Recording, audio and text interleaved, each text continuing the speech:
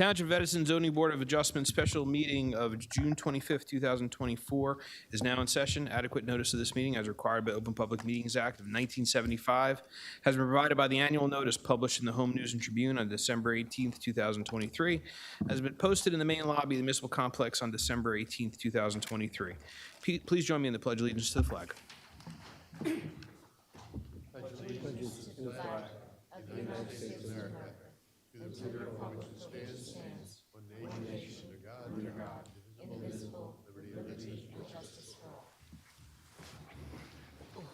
Madam Secretary, roll call, please. Mr. Carley? Mr. Bignell? Ms. Shaw? Here. Mr. Ayotte? Here. Mr. Chabra? Here. Mr. Patel? Here. Mr. Brown? Here. Mr. DeVay? Here. Mr. Sadaha? Here. Vice Chair O'Gorman? Here. And Chairman Kumba? Here. Madam Secretary, minutes for consideration. June 18th, 2024 for approval. What's the board's pleasure? Motion to approve. Second. Motion made by Vice Chairman O'Gorman, second by Mr. Sadata. Roll call, please. Mr. Brown? Yes on the motion. Mr. Chabra? Yes to the motion. Mr. Patel? Yes on the motion. Mr. DeVay? Yes on the motion. Mr. Sadaha? Yes on the motion. Vice Chair O'Gorman? Yes on the motion. And Chairman Kumba? Yes on the motion. Thank you. Madam Secretary, resolutions to be adopted. The Z28, 2022, the Quick Check Corporation. The board's pleasure.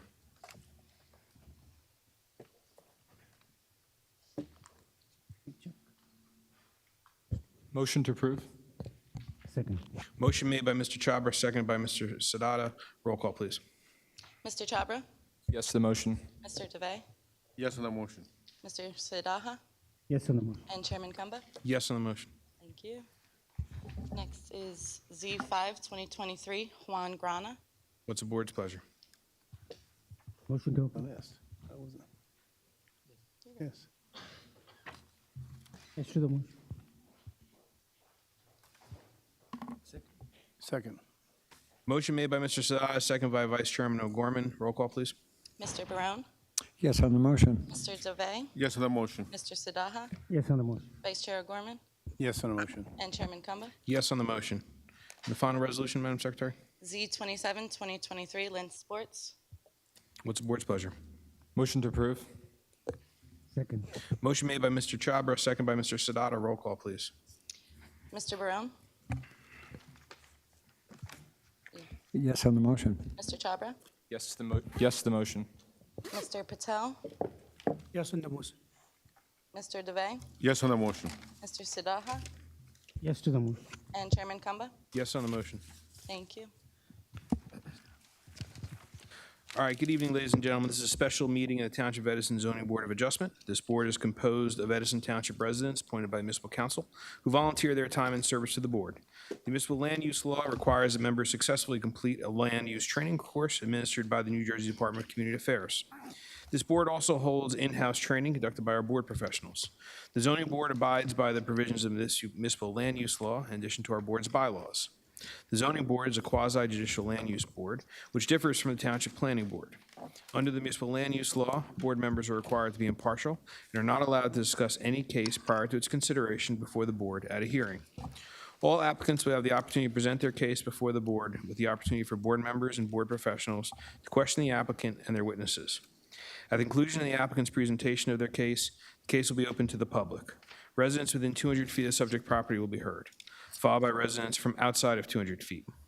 All residents will be sworn in. They'll provide their name and address, and then will be given 6 minutes to comment on the application being considered without the opportunity for a rebuttal.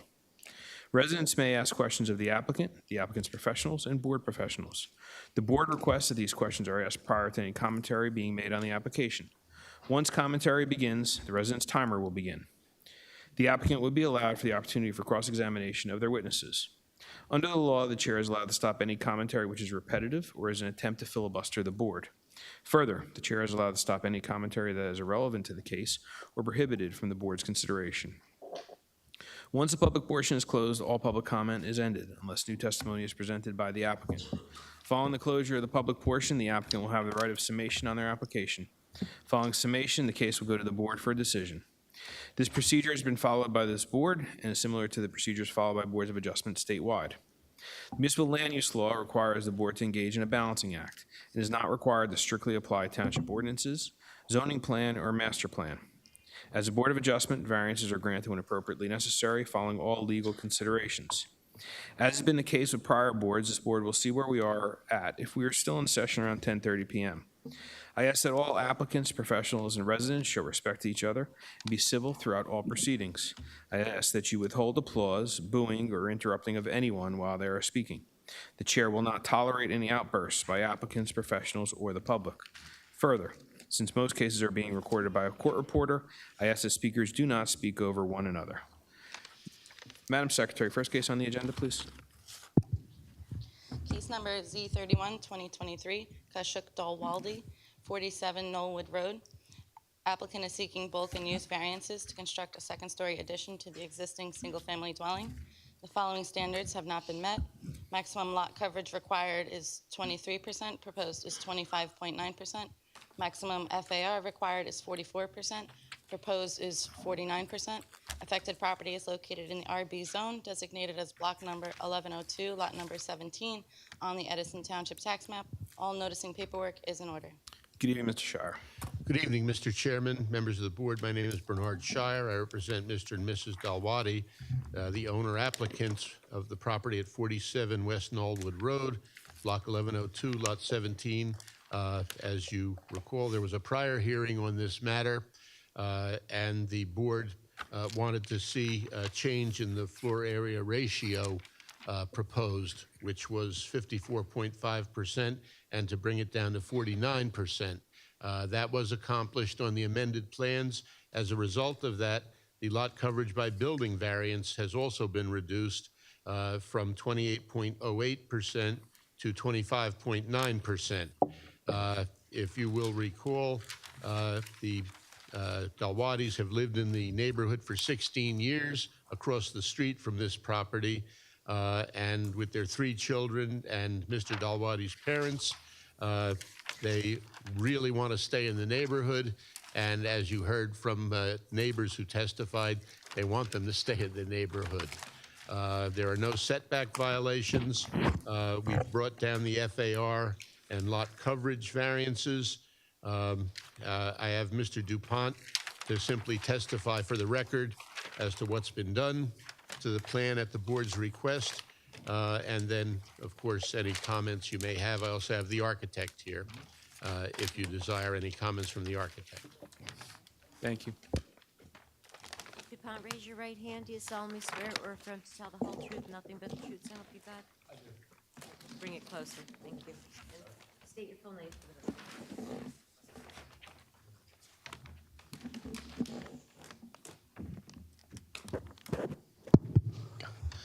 record. John P. DuPont, and I am a professional engineer and planner in the state of New Jersey. Mr. DuPont, if you could just give a brief summary of your qualifications. Yes, I am a licensed professional engineer, state of New Jersey. I am also a professional planner in the state. I served as the Planning and Zoning Board engineer and planner for the Borough of Carteret for the past 25 years. I've been before this board numerous times as well as other boards throughout the state. And your license are current and in good standing? They are. Okay, we'll accept you. Thank you. Thank you. Mr. DuPont, you've already testified as to the basics of this project, correct? That is correct. And also given your planning testimony as to why the board should grant the variances in question. I did. And the board requested that we change the FAR to reduce the violation. Is that correct? That is correct. And that has been accomplished. That has. Could you please indicate to the board the changes that have been made at their request? Okay, so as per the board's direction, we did reduce the size of the proposed dwelling from 3,705 square feet to 3,364 square feet. So that reduced the FAR from 0.54 to 0.49 as directed. That also resulted in the maximum lot coverage for building being reduced from 28.08% to 25.9%. So, and I think that was the last change, right? Yeah, that was the last change. So we heard the board loud and clear. We made those revisions. It wasn't easy, but the applicant put a lot of effort in with his architect and made those changes, and I think we did exactly what the board requested. Right, Mr. Dupont, I assume in light of the fact that we've reduced the variances in question, that your opinion that these variances can be granted without any substantial impairment of the zone plan or zoning ordinance and no substantial detriment to the public good still stand. That's correct. I have no other questions of Mr. Dupont. Does the board have any questions for Mr. Dupont?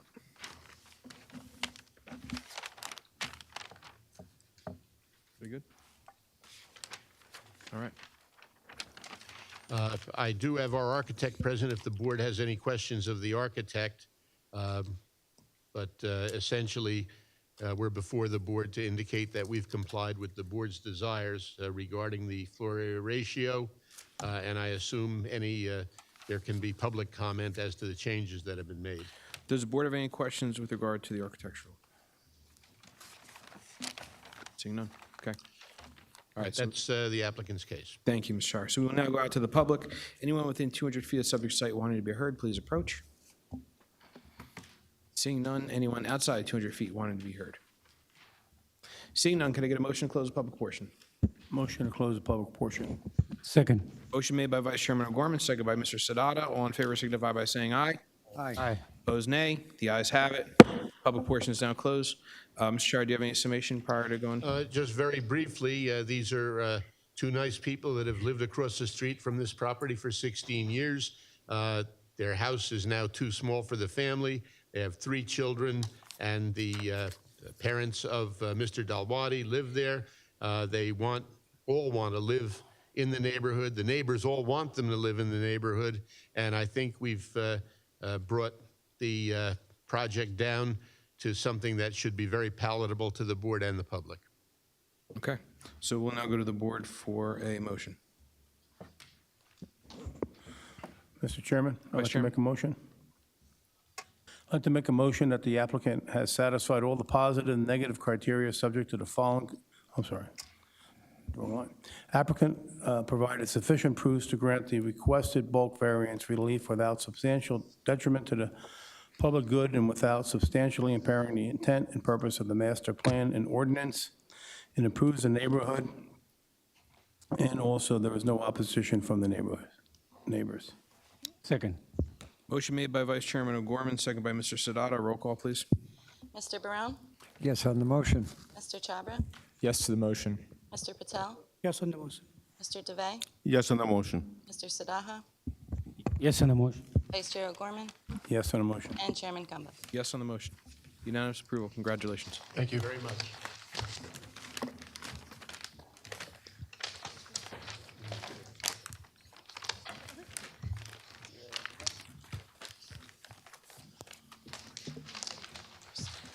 Madam Secretary, next case on the agenda. Case Z13, 2024, Krishna Murthy Rao at 22 Reed Street. Applicant is proposing bulk variances to construct a second-story addition. The following standards have not been met. Max impervious coverage required is 40%, proposed is 50.98%. Lot building coverage required is 23%, proposed is 29.62%. Minimum rear yard required is 30 feet, proposed is 26.33 feet. Affected property is located in the RB zone, designated as block number 9801, lot number 21 on the Edison Township tax map. All noticing paperwork is in order. Is the applicant here?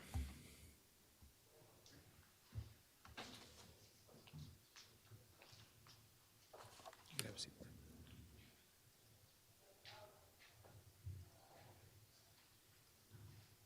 If you gentlemen could sit at the other table, please. Thank you.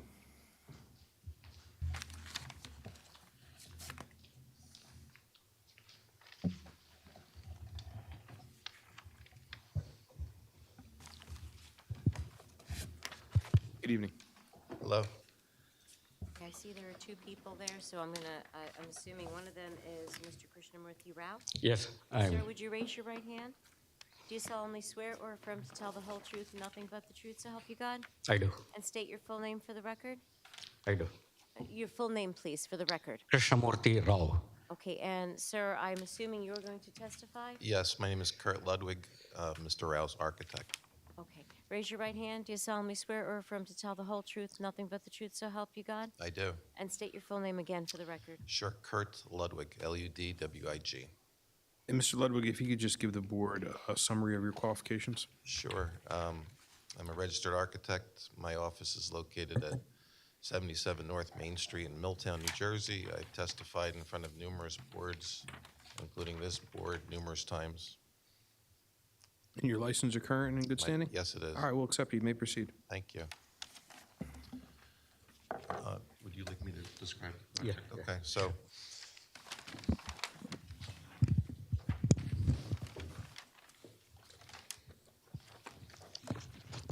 Hope that's okay that it's over here. Oh, please do. That's perfect. Thank you. Like the price is right.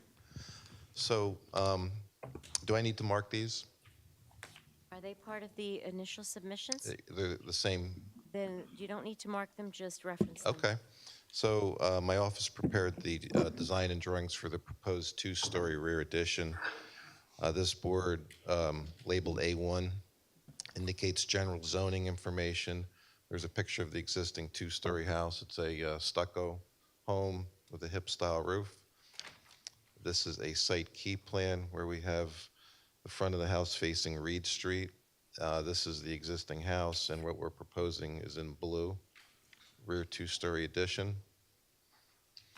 If I may, I'll go to the next board, and I can come back to this one as needed.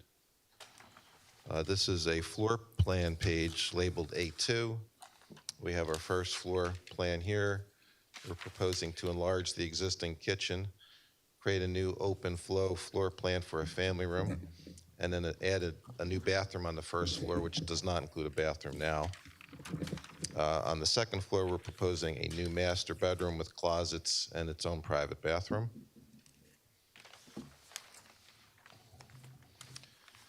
And on the last board, we have our proposed exterior elevations. The addition is hatched. The exterior will match the colors and materials and textures of the existing stucco and the roof. The roof design will match the existing hip roof. And that's the basic proposal that we have. Thank you.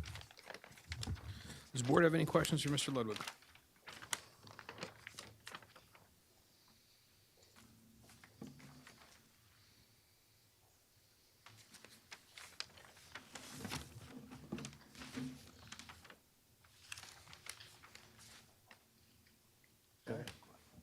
I have a question. There's a Vice Chairman? basement? I'm sorry? There's a basement?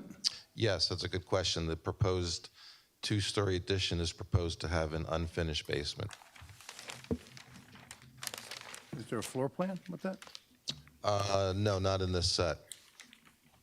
That basement, that unfinished basement, we're proposing a exterior stair down to the basement level.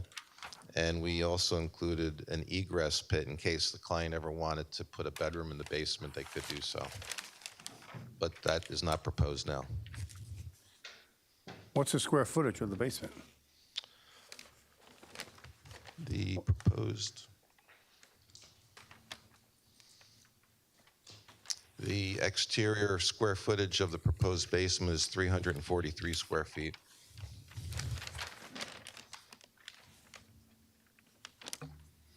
All right, thank you. You're welcome.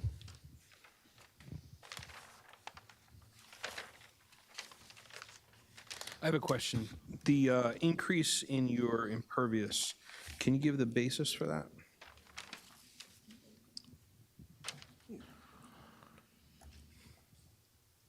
Well, currently we have our house here. We have a large driveway with an existing rear detached garage.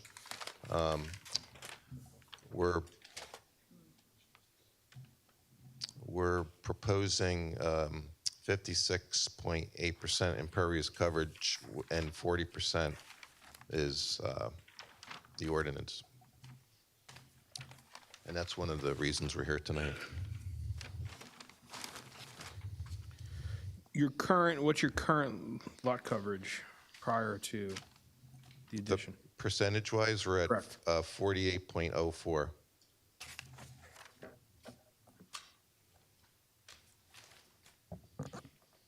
Okay, your lot building coverage? That's for the lot coverage.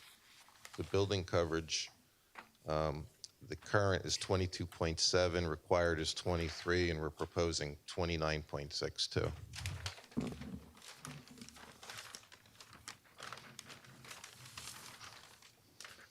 And if I may, the other variance that we're here for, the rear of the proposed addition complies with the rear setback. However, the exterior platform and stair that is located at the proposed sliding glass door, that is over the required 30 feet setback, which is requiring a 26.44 foot rear setback.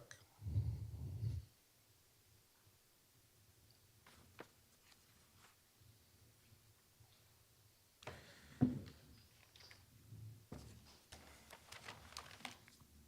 need you to provide a little more testimony on the need for the increase in the impervious, because you're almost 14% over what's required.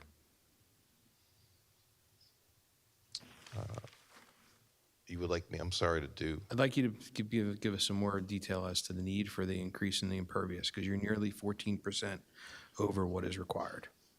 well, unfortunately, the existing conditions include a very large driveway that goes back to this existing garage, which obviously takes up a lot of land area. We minimize the size of the addition. The house is small. We minimize the size of it, but we wanted obviously to be realistic for use. They're in need of a bathroom on the first floor. So we did our best to keep the project small, but due to the lot size, which is undersized, we have this impervious issue.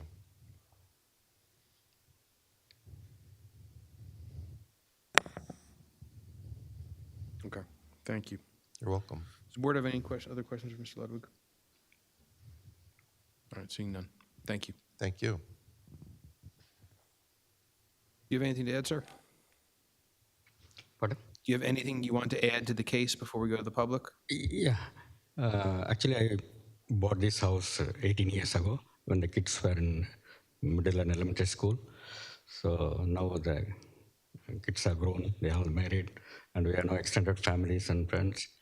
So we are very good with the neighborhood. So we don't have to move out of that area.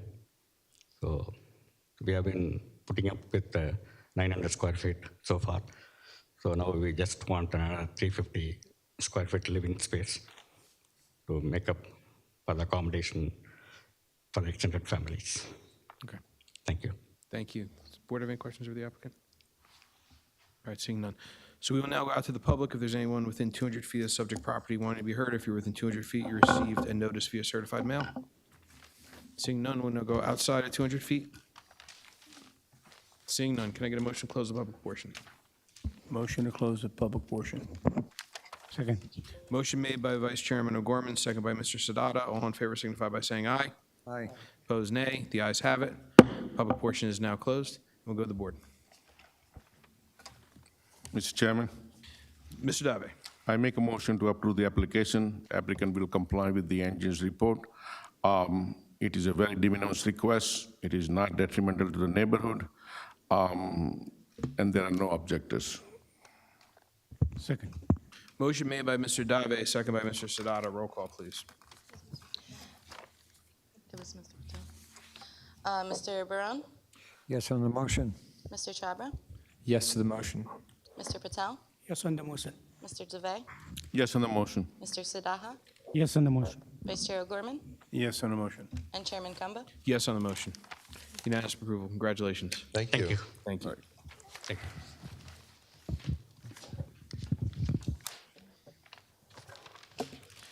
Madam Secretary, next case on the agenda, please.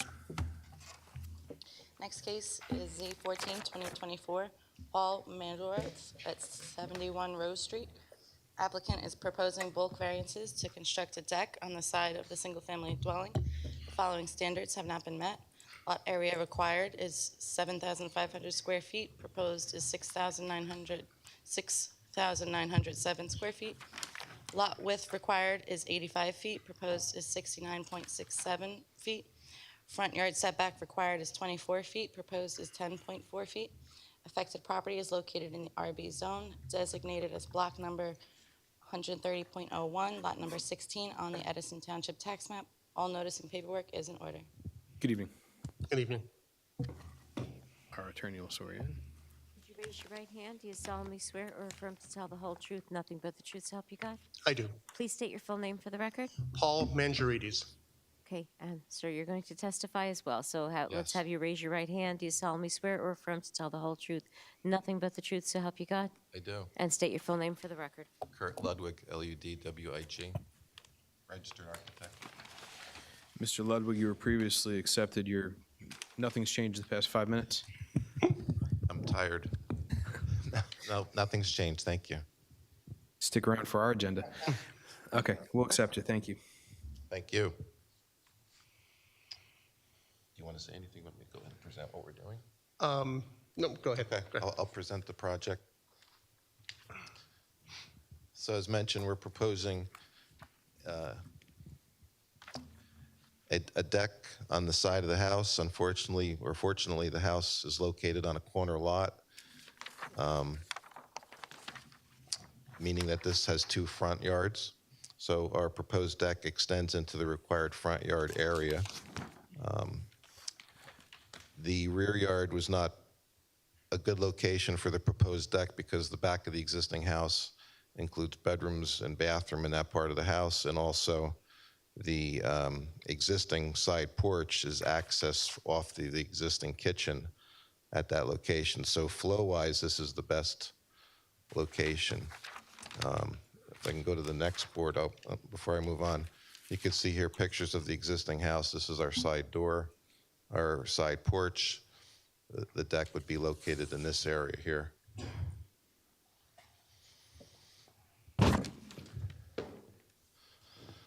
Next board has our floor plan, our existing kitchen here, our access to the side yard, which is technically a front yard, our deck located here.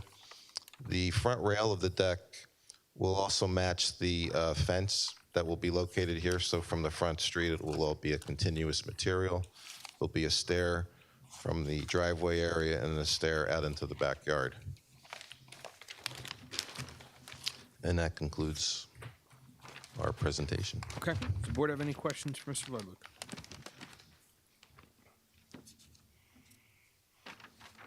All right, seeing none. Thank you. Thank you. Before we go to the public?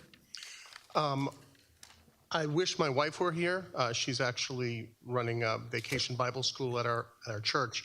One of the reasons why we are looking at this deck is because she has problems climbing stairs, and the addition of the stairs that would lead up onto the deck and right into the house are going to be a great help for her. We're both 57. We've been in this house since 2009, and we plan on retiring in this house. And our daughter is 12. We're going to be in the Edison school system until she turns 18. So we are committed to this house, and we want to have a place where that we can go and relax in the sun. So. Okay, all right. And it's the first time we've heard on this day, yes, I wish my wife were here. Does the board have any questions for the applicant? Mr. Chairman? Vice Chairman? Yeah, the proposed setback is 10 feet, 10.4 feet, and required is 24 feet. What's the justification for that? Well, as Paul mentioned, it's better access-wise for them off of the kitchen. Unfortunately, the kitchen is in the front of the house. The backyard is not accessible from the interior of the house because of the layout of the bedrooms and bathroom in the house now.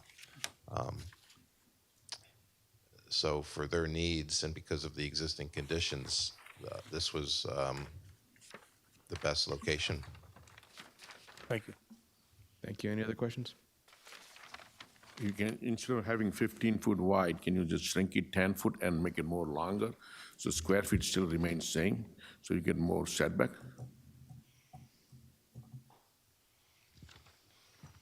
You can have the same square feet of your deck, just the,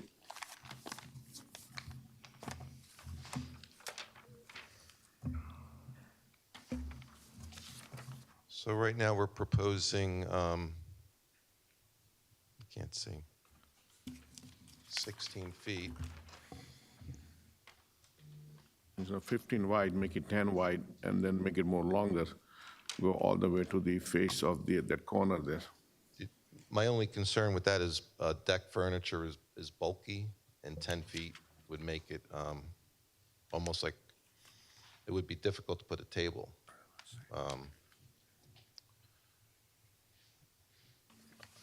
I don't know if 14 feet, I could see a 14-foot deck being realistic, but I don't know about a 10-foot deck for your needs, Paul.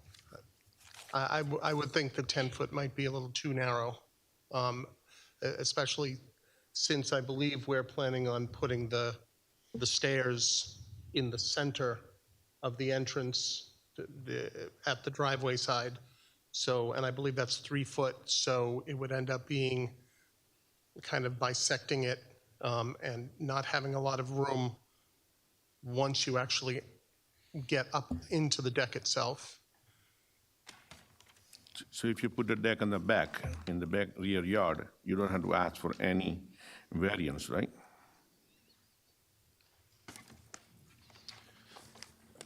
Give me one moment, please.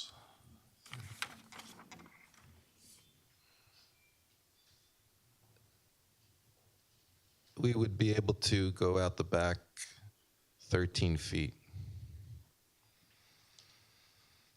However, we would have to go through a bedroom to get to the deck. The required setback is 24 feet, you are only leaving 10 foot. I'm sorry? Required is 24 foot, and you are leaving only 10 foot. You're 14 foot going toward the fence. Well, again, I think a 10-foot deck would be very tight. Mr. Chair, Mr. Ayotte. if I may. How high is the deck off the ground?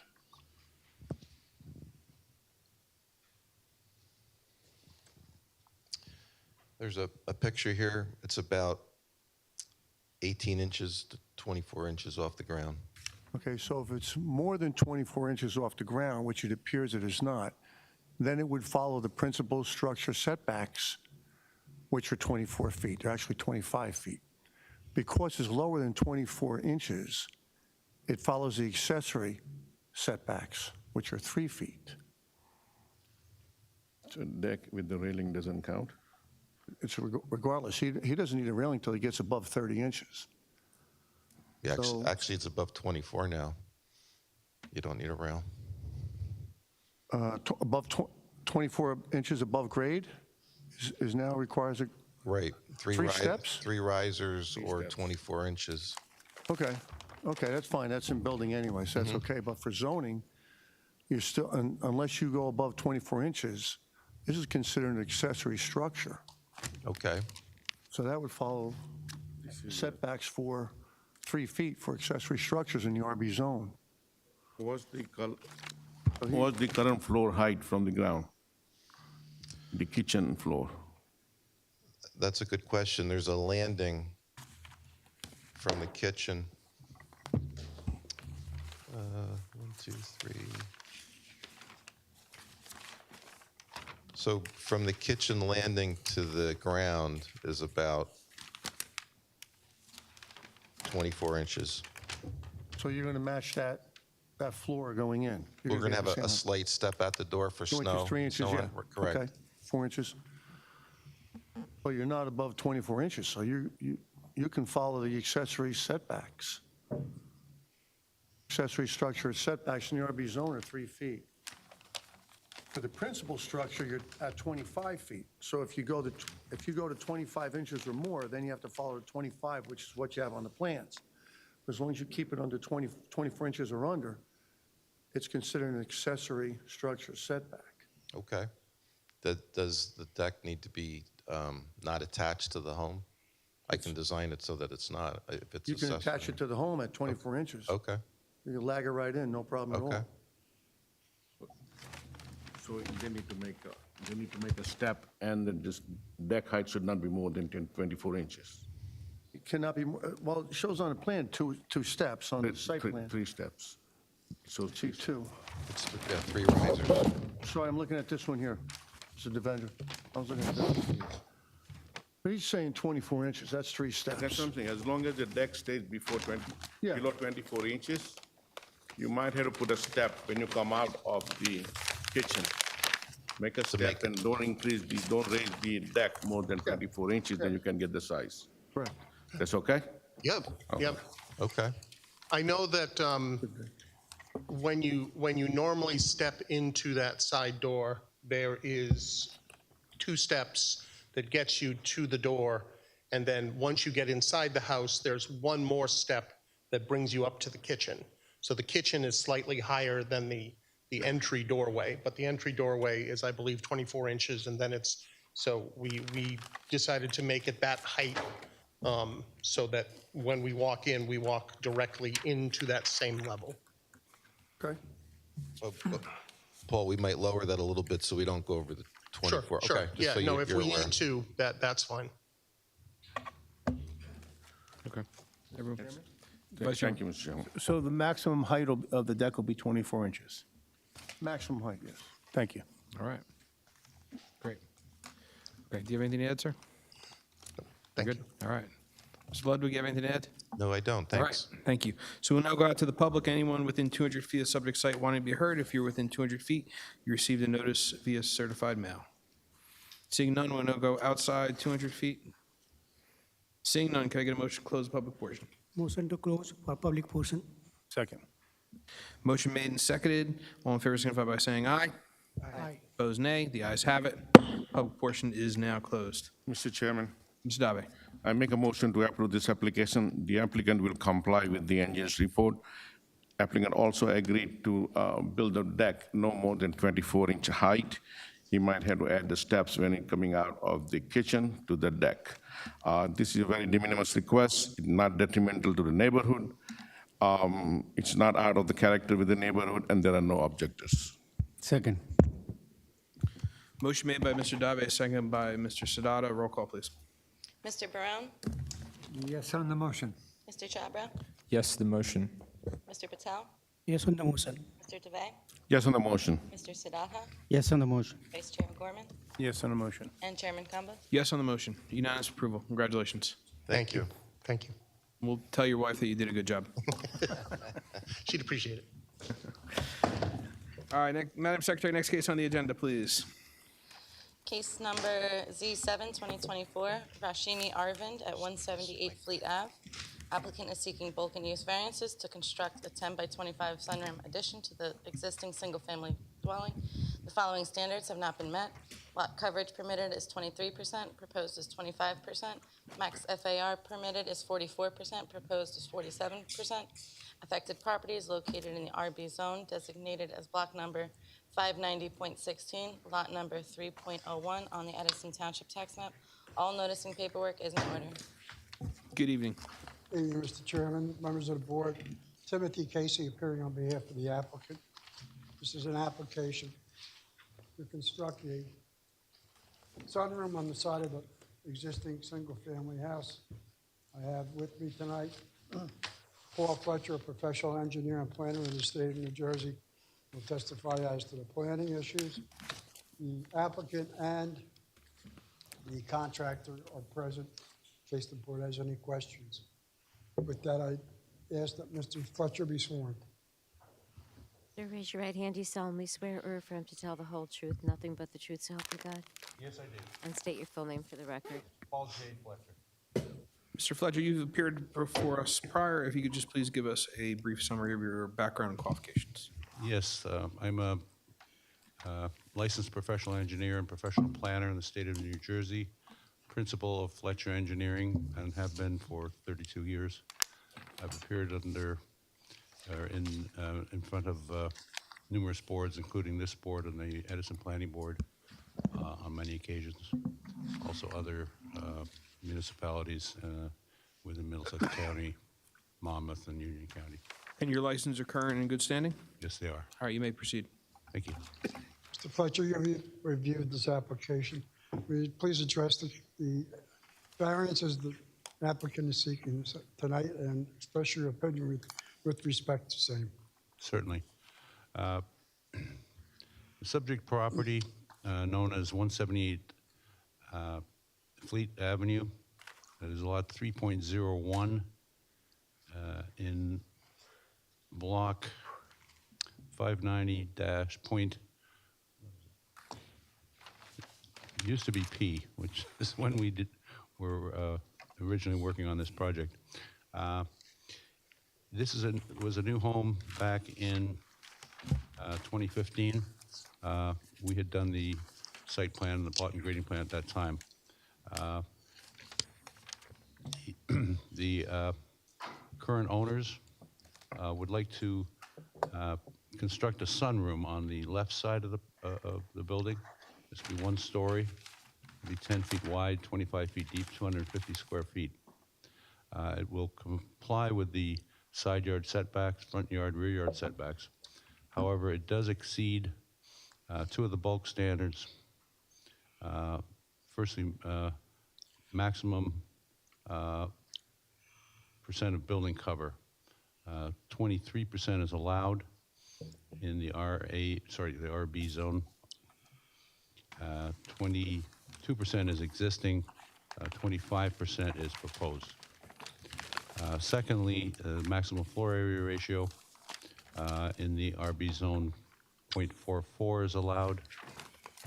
With this addition, it will bring it up to 0.47. So in my mind, these 2 variances are de minimis in nature. I think the courts have found that the required D variances for the floor area ratio, the proofs are not as stringent as would be required for a true use variance. This is a permitted use in the zone residential. The courts have found that you have to show that the increase in floor area can be handled and not overburden the lot. And I can point to the fact that, first of all, the 3% increase is, in my mind, de minimis. The required setbacks are being complied with. Therefore, we are providing the required light, air, and open space. That is one of the purposes of the municipal land use law. And I don't see any negative impact from this de minimis increase in lot area or lot cover. With that said, I see no negative impact to the zone plan, the master plan, or to the neighborhood. I think this will be aesthetically pleasing. It'll be an asset to the house, and I think it'll be an improvement in the neighborhood. And for those reasons, I think the board has the ability, and I would urge the board to grant these requested variances. The proposal is consistent with the development in and the character of the neighborhood, in your opinion? In my opinion, yes, it is. And the correct lot number is 3.01, correct? That is correct. No further questions from Mr. Fletcher. Does the board have any questions for Mr. Fletcher? All right, left him speechless. Unless the board has any questions of the applicant or the contractor, I would submit. Does the board have any questions of the applicant or the contractor? Seeing none. Applicant's case. Okay, all right, so we'll now go out to the public. Anyone within 200 feet of subject site wanting to be heard? If you're within 200 feet, you received a notice via certified mail. Seeing none, anyone outside 200 feet of subject property wanting to be heard? Seeing none, can I get a motion to close the public portion? Motion to close application. Second. Motion made by Mr. Sadata, second by Mr. Patel. All in favor signify by saying aye. Aye. Opposed, nay. The ayes have it. Public portion is now closed. Mr. Casey, do you have a summation before we go to the board? I have none. I submit. Okay, all right, so we'll now go to the board for a decision. Mr. Chairman, Mr. Dave. I make a motion to approve this application. The applicant has met all the negative and positive criteria. The use is not detriment to the public good or public safety. It will enhance the neighborhood. This motion will also incorporate all of the testimony of the applicant, attorney, planner, engineers, and the board. Second. Motion made by Mr. Dave, second by Mr. Sadato. Roll call, please. Mr. Barone? Yes on the motion. Mr. Chabra? Yes to the motion. Mr. Patel? Yes on the motion. Mr. DeVay? Yes on the motion. Mr. Sidaha? Vice Chair O'Gorman? It's on the motion. And Chairman Kamba? Yes on the motion. Unanimous approval. Congratulations. Thank you for your time. Thank you very much. Have a good evening.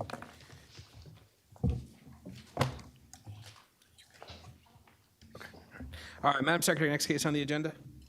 Case number Z34, 2023, Mohammed Zubair at 106 James Street. Applicant is proposing preliminary and final site plan approval and seeking bulk and use variances to construct a 3-story medical office building. Standards have not been met in accordance with the master plan. Parking required is 45, proposed is 20. Maximum height required is 30 feet / 2-story, proposed is 32.83 3-story. Maximum floor area required is 0.25, proposed is 344. Front yard setback required is 35 feet, proposed is 32.2 feet. Affected property is located in the OS zone, designated as block number 631, lot number 12.11 on the Edison Township tax map. All noticing paperwork is in order. Good evening. Good evening. For the record, my name is Lisa John Bassa with the law firm Chiesa, Shahinian, and Jan Tomasi. As the board will recall, the applicant was before you last in February. Since it's been approximately 4 months since we were here, if you could bear with me, I'd like to recap the testimony that was provided so far on the record. So we're before you for a medical office building at 106 James Street. Medical office use is a permitted use within the zoning district. The testimony that was provided at the February hearing was testimony from Dr. Zubair. Dr. Zubair is a pulmonologist. He's the owner and would-be operator of this facility. Dr. Zubair would be the sole doctor operating at the facility. On the first and second floors, there would be 5 exam rooms each, and on the 3rd floor, there would be 3 sleep study rooms. Testimony was provided that the 1st and 2nd floor would never operate at the same time as the 3rd floor.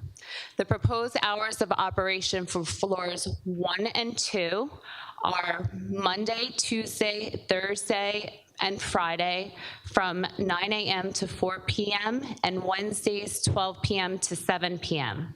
The proposed hours for operation on the 3rd floor are Monday, Wednesday, Friday, 8:30 p.m. to approximately 6 a.m. Dr. Zubair is a specialist in pulmonology and sleep disorders disease, which are often interconnected. Pulmonologists specialize in lung conditions such as COVID, influenza, RSV, and lung cancer. Dr. Zubair provided testimony that, 1, during and following the pandemic, there was a shortage of physicians practicing in the field of pulmonology and infectious diseases, particularly in the immediate area of JFK Hospital, which was the reason why he was attracted to the site to begin with. Secondarily, that the practice of pulmonology care has changed since the pandemic, mainly in operations of the doctor's office due to the contagious nature of the lung disease. When patients arrive, they do not wait in a communal waiting room. They are immediately placed into exam rooms. Patient visits are also strategically scheduled to provide an opportunity to properly clean and ventilate the room after the patient leaves. Appointments are scheduled 2 to 3 hour time slots to ensure that there is a minimum of 30 to 45 minutes to clean and ventilate an exam room prior to the next patient entering it. Similarly, Dr. Zubair testified that a separate sleep study space is required to comply with the new procedures for sleep studies, to allow for a 24-hour ventilation of the sleep study room prior to a new patient entering it, which is why they're only scheduled every other day. Moreover, to that point, Dr. Zubair said in previous practices, pre-COVID, previously exam rooms doubled as sleep study rooms during the overnight hours, which is no longer good practice due to the contagious nature of these patients. The new standards and good practice in pulmonology field is the need for the additional floor area within the building, and the reason why the application is before this board for a floor area variance and for the height variance. It's for the safety of the patients. We also had our architect testify to the design of the building. He explained that he tried to retrofit the existing building, which is currently used for pulmonology, by 2 pulmonologists before the pandemic, but it could not meet the current needs in this post-COVID world. The paramount concern was the way to remediate rooms after they were used in order for the facility to operate properly, and it could not be done in the existing space. Additional rooms and an additional floor area within the building was needed to properly air out and ventilate the space in between patients. He also explained that the need for the height, which is an increase of 2.8 feet over what is permitted, was needed for proper ventilation, to have drop ceilings with ducts underneath it to accommodate the HVAC and ventilation systems in practice. Our next witness was John DuPont, who testified in the capacity as the civil engineer. He described the existing location and setting of the property, describing that James Street from Mundy Avenue to JFK Hospital, that the primary uses were exclusively medical office uses, and that the proposed use was permitted in the district. The proposed building also met and exceeded the bulk requirements in the zoning code. Lot area minimum is 20,000 square feet. The subject lot is 21,792 square feet. Maximum building coverage permitted is 25%, and we were about half of that, 11.47%, also compliant with the yard requirements. He further testified that there would be landscaping provided with over 177 evergreen trees that would be planted in double rows around the parking lot and board-on-board 8-foot fence along the rear property line. There would be 20 parking spaces, which meets the needs of the facility, whereas the code requires 60. At the end of the conclusion of the hearing last time, we concluded so that the police and fire reports could be issued for this application because there was a parking variance.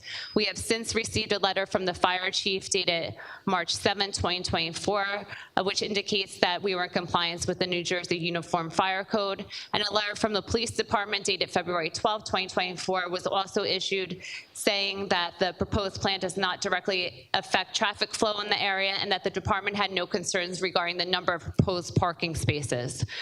We also submitted a traffic impact study to the board in advance of tonight's meeting that was prepared by Dynamic Engineering.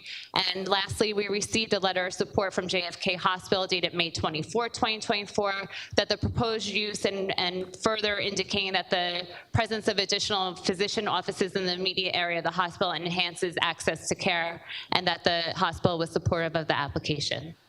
So that concludes where we left off. Tonight, I would intend to call 2 witnesses, our traffic engineer to talk a little bit more about the parking needs for the facility, and then we would conclude with John DuPont in the capacity as the professional planner. Ms. John Bass, I'm just going to correct you on, you had said February 12th for the police letter. It was March 12th. Yes, thank you very much, Mr. Chair. Absolutely, I just want to make sure Correct. the record reflects.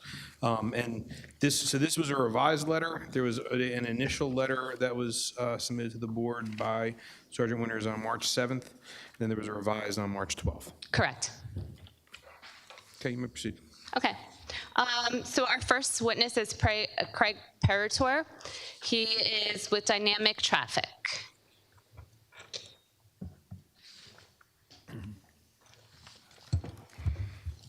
Raise your right hand. Do you solemnly swear or affirm to tell the whole truth, nothing but the truth, so help you God? Yes, I do. And please state your full name for the record. Sure, it's Craig Perigoy, Peregoy. And if you could just give a summary of your qualifications and background, please. Sure, I have a bachelor's degree in civil engineering from Virginia Tech. I'm a licensed professional engineer in New Jersey. I testify pretty much on a nightly basis, including here in Edison a number of times. I've been a traffic engineer for 24 years now.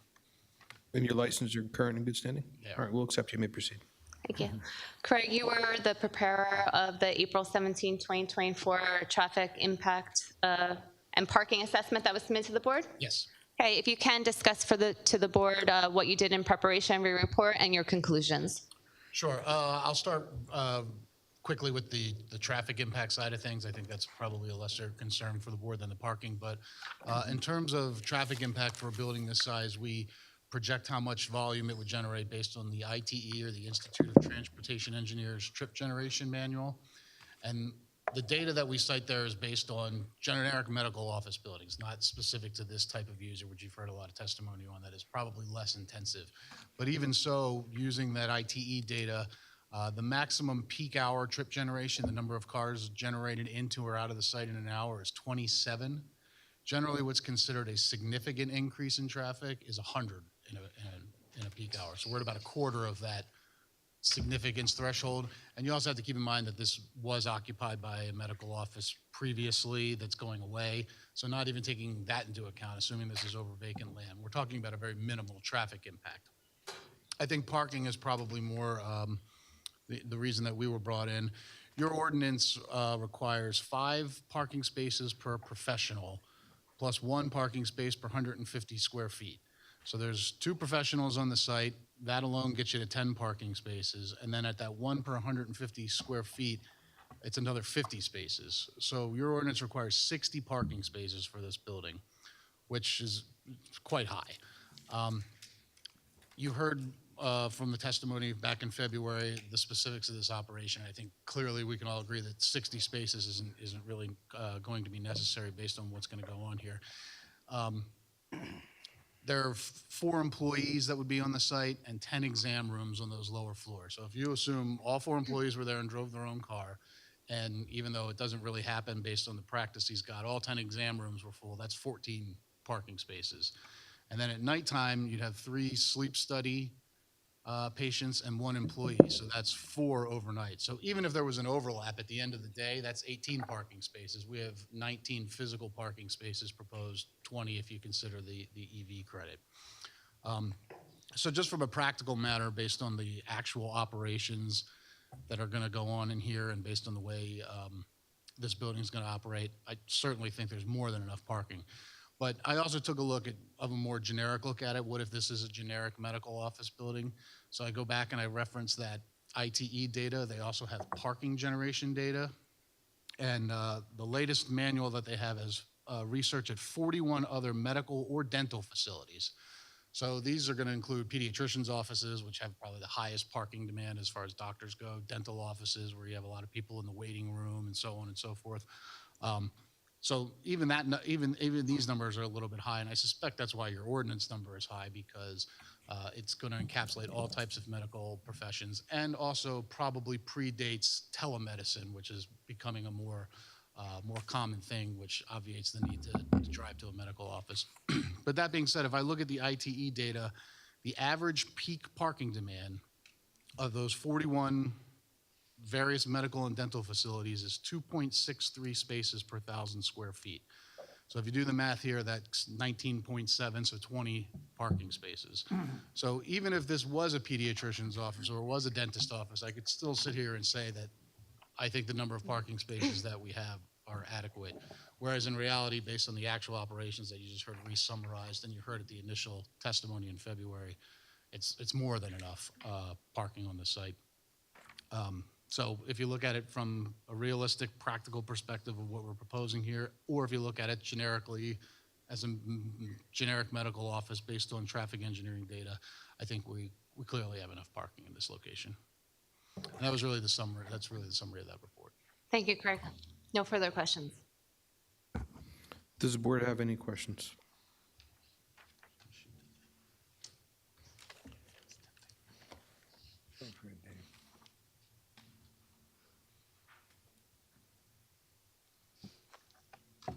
Any questions?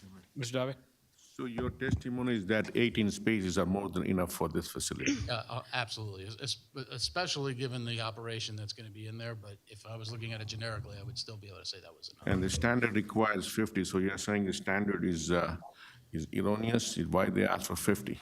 Yeah, the standard, I think the reason why is because a couple things. One, it's blanket for medical offices. So you have, pediatricians, and there are certain types of medical facilities that generate a higher parking demand.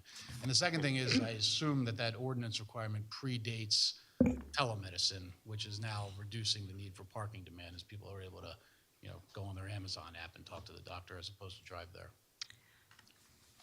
You have 10 exam rooms, right? 10 You exam have rooms. 2 medical professional and 4 staff members. Correct. 10 medical usage, all the 10 rooms are occupied. You have other 10 waiting in the waiting area, right? No. The one come and one goes? Not for this practice, yeah. The rooms have to be ventilated and cleaned out, so there's a long gap in between. So you have gap in between for patient to, Yeah, and I believe the doctor said he does 2 to 3. It's appointment only. This isn't just walk in and say, I'm sick. It's appointment only, and he tries to schedule 2 to 3 patients' appointments an hour at most. James- Because of that need, you can't overlap, and you can't have them in a common waiting room because it could be an infectious thing. James Street is a very busy street. There is no parking on the street there. In case there's an overflow, what happens? I don't believe there will be. That's what I'm saying. For this particular practice, I certainly don't think there will be. And even if this was an unknown user, I would think it would be very infrequent. So there will be absolutely zero parking on the James Street. No, there will not be. You will manage your All on appointment in site. such a way that there will not be any overflow on the James Street. Correct. All on site. Thank you, Mr. Chairman. Thank you, Mr. Duffy. So based upon Mr. Dave's questions, so let's say, one day that the current use is not the current use, and Dr. Zubair retires and another practice comes in there. Well, let's say there's more of intensive use and it doesn't need the minimal parking that you say that it does. Then, a building is going to last 100 years. And that's a good question, and that's why I gave you that ITE data too. I mean, it's easy to sit here and say this particular practice isn't going to need anywhere close to the number of parking spaces. But if you look at a generic office building and research that's been done, again, 41 other locations, it points you to around 20 spaces. So that's one reason I looked at that. The second thing is, if this does get leased out to another doctor, it's obviously has to be a doctor whose practice can work within that parking. If I'm a doctor and I normally have 50 people that are going to be on site, I'm not going to lease a building that only has 19 parking spaces. So it's sort of self-policing in that way, but realistically, the gamut of different types of medical office are covered based on national standard published data. And I can say to address more of the board's concerns, that if the board were inclined to grant this application, the applicant would accept a condition of approval that the 3rd floor be only used for sleep studies. And if that were the case, additionally, your zoning code or your code itself has a provision that can help safeguard this, which requires that there be a review if there's a change of tenancy. So if it's no longer Dr. Zubair or a pulmonologist, there's a review before a continuing certificate of occupancy can be issued, and they could be required to come back to the planning board to address that parking variance at that point in time, which is section 36-8.1B1 small c of your code. Even better. Does the board have any other questions for Mr. Paraguay?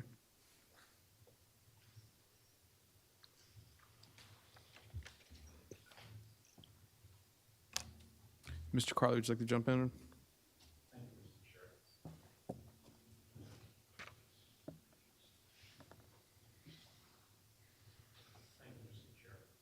I'm going to refer to our second review of April 29, 2024. Now, the parking space requirement is something the board's going to have to wrestle with in terms of adequacy of parking based on Mr. Paraguay's testimony. But in section 2 of my report on pages 1 and 2, there's a dozen of comments relative to site layout. Mr. Paraguay, have you had a chance to review those, and can you make those revisions to the plan? I don't recall seeing anything that was critical, but I will leave that response to the engineer or the architect to verify it's their plans. But yeah, I didn't see anything very disagreeable. Okay, and the same line of commentary follows in section 3 of our report on pages 2. Just on page 2, parking and loading. We'll look for the site engineer to address those comments when he gives testimony. And that's it for Mr. Paraguay, Mr. Chair. Thank you, Mr. Carley. Ms. McNeil? Thank you, Mr. Chair.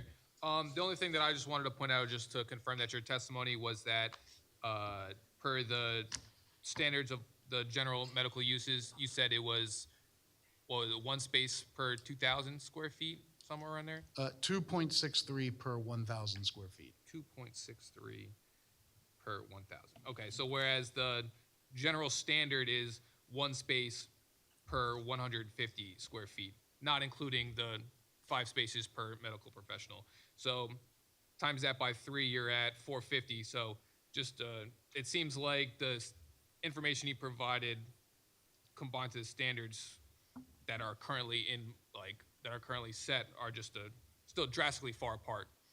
But that's just something for the board to consider.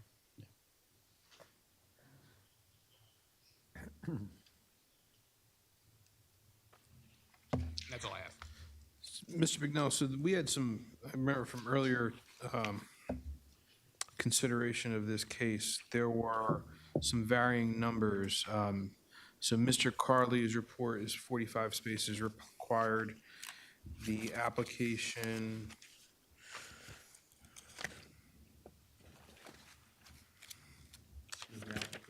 is 45 spaces required. Yeah, so from the meeting last time, we had pointed out there was a slight typo in our letter where it says 5 spaces per doctor or professional, and there's 1 equals 5 spaces, but then in the total requirement, it was just calculated wrong.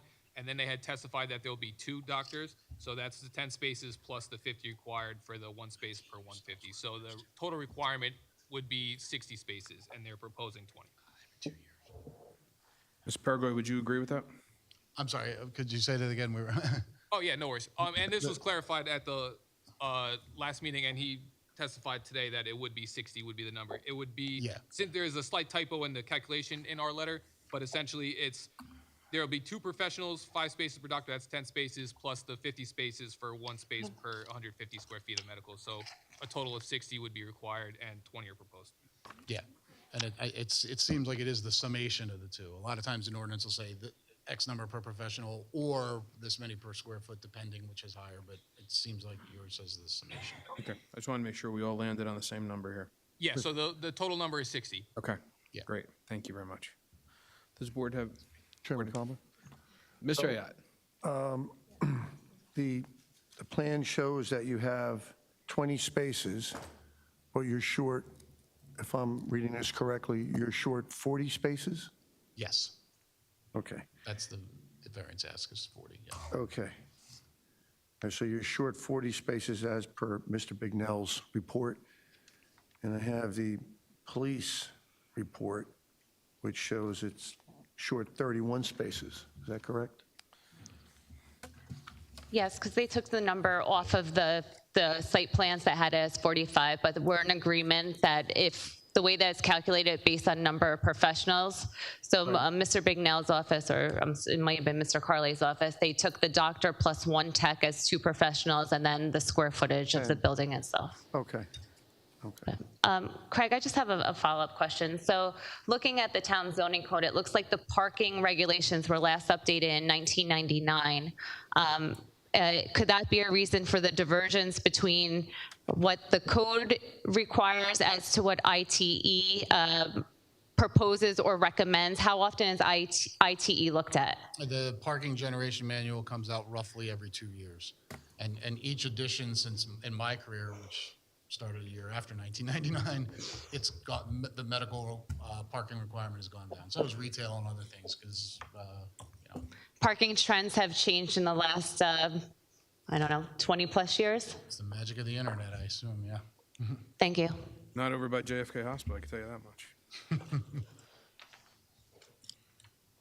Okay. Does the board have any other questions, Mr. Paraguay? Mr. Chair, Mr. you Davi. just offered that the 2nd floor, the 3rd floor, you will just keep it only for the sleep study patients only. That's correct. How many rooms you have on the 3rd floor? 3 for sleep studies. So basically, out of 10 rooms, 7 would be usable, and 3 would just strictly for the sleep studies at the nights? No, so on the first floor, there's 5 exam rooms. On the second floor, there's 5 exam rooms. So there would be 10 exam rooms, which I'll say you're like your normal practice. On the third floor, there's 3 rooms for the sleep studies. So those 3 rooms on the third floor would only be used for the sleep study practice. It would not be opened at the same time as floors 1 and 2. At any given time, daytime, how many rooms would be in operation? How many rooms? Maximum, there would be 10. However, the testimony of Mr. Zubair that was here last time, Dr. Zubair, he testified that the scheduling of appointments is scheduled out 2 to 3 hours, time slots, and so that it leaves adequate room for 30 minutes to 45 minutes for each of those exam rooms to ventilate. So it's not like you're having one exam room unoccupied and then there's somebody immediately going into it. They're scheduled out so that they're staggered to properly ventilate given the contagious nature of most of the patients at the practice. But at most 10, which will never happen, but there's 10 exam rooms. And at any given time, 2 doctors would attend 10 patients. 1 doctor and 1 tech. But given the nature of this particular practice, there will never be 10 patients at any given time within the building. Right, because there's always got to be a room ventilating. But even if, that's why I said the worst case, even if there were 10 plus the 4, you still have enough parking, so no matter which way you look at it. All right, Mr. Chair. Thank you, Mr. Davey. Mr. Chairman? Vice Chairman? On the third floor, you have 3 sleep study rooms. What's the other space being used for? I can pull out the architectural plans, but it is, I believe there's an office up there I can recall the architect, but let's pull out the plans. I'd rather recall you than have you whisper in the attorney's ear. All right, so does anybody have any other questions for Mr. Paraguay? All right, so then we'll recall the architect. Okay, thank you.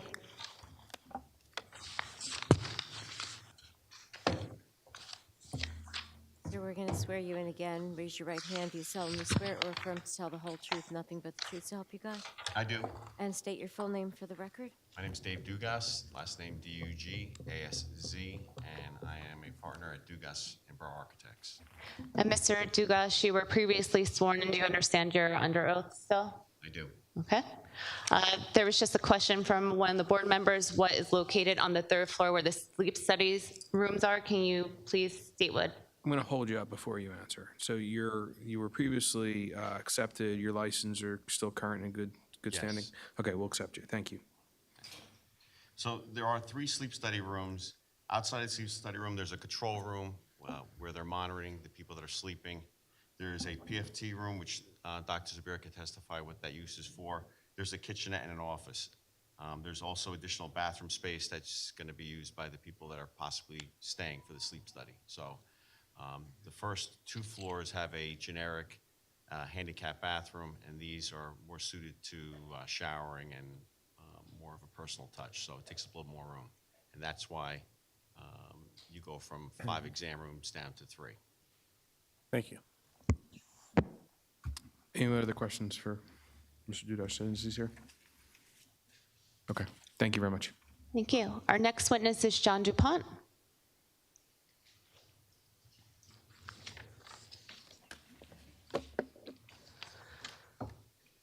Raise your right hand. Do you solemnly swear or affirm to tell the whole truth, nothing but the truth, so help you God? I do. And state your full name, please. Name is John P. DuPont. Mr. DuPont, you were accepted earlier this evening. Nothing's changed in the... That's correct. Thank you. You may proceed. And Mr. DuPont, in connection with this application, you were previously sworn. Do you understand you're still under oath? I do. Okay. And I know that you did conclude your civil engineering testimony at the last hearing, but there was a question by Mr. Carley related to his latest report. Is the applicant willing to comply with comments within that report? Yes, we briefly touched on it in the last, when we provided our original engineering testimony, but yes, we have no condition, no concerns about any of the conditions. We can meet all the conditions. Okay, unless there's any questions from civil engineering, I would like to move on to John DuPont in the capacity as a professional planner. Mr. Carley?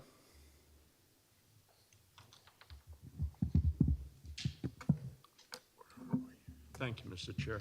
No, Mr. Dupont said the magic words. He's reviewed our April 29 report, and he'll revise the plans to address the comments that are offered thereupon.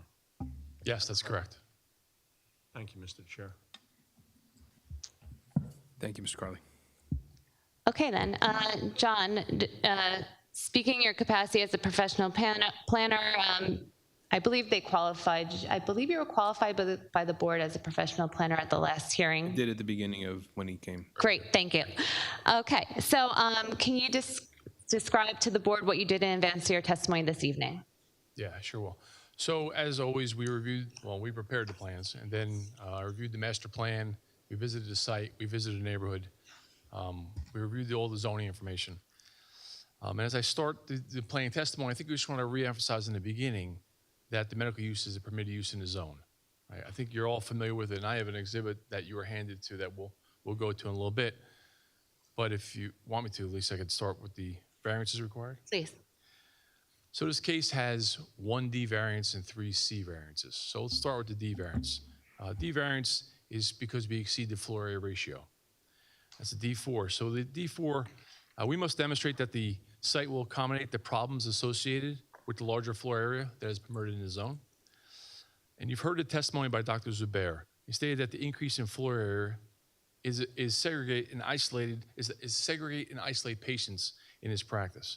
There's very highly contagious diseases in his practice, so that's a critical part of his business.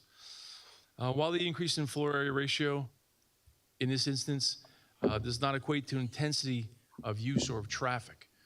Again, you've heard the testimony that the 3rd floor is for sleep study. Floor 1 and 2, although there's 10 rooms, it'll be circulated and scheduled. There has to be decontamination of the rooms, the ventilation of the rooms. So the first 2 floors won't be 10 people in rooms and 10 people in waiting rooms. That's not the way this profession works. So it will be isolated.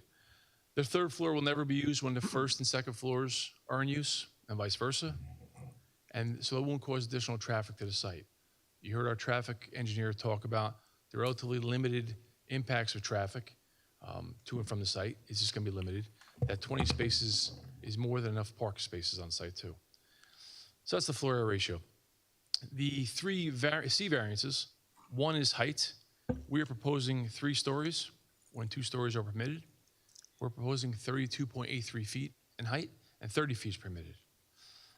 We believe that's a minimum deviation in the permitted height, and we could identify several buildings right on James Street in my exhibit that are 3 stories and over 30 feet tall, and I will do that in a second. The second C variance, front yard setback. The existing is 32.2 feet. Required is 35. In a proposed condition, we follow the existing street pattern. We're at 32.3, made it a little better. It's pretty close, a little better than existing. And then the proposed parking. We're proposing 20 spaces on site. You've heard from Dr. Zubair that this number will far exceed his needs. We've had the traffic information, you've had a police report, so I think we've covered that pretty well. As far as the positive criteria, and as for a C2 in our project, we must show that we advance the municipal land use law, the purposes of. And we do, we advance purpose A. That's to encourage municipal action to guide the appropriate use and development of all lands in the state in a manner that will promote the public health, safety, morals, and general welfare. Following COVID, now more than ever, it's important to provide medical facilities of this nature. You've heard from Dr. Zubair that 70 to 75% of his clients are from Edison, and that the property was previously used as a medical office, and it's just up the street from JFK Hospital. Purpose G, to provide sufficient space in appropriate locations for a variety of commercial uses according to their respective environmental requirements in order to meet the needs of all New Jersey citizens. The proposal is permitted in use in the zoning district where we're located. We'll provide additional pulmonary care within the Edison Township and the surrounding areas and in close proximity to the hospital. It makes a lot of sense where we're located for this project.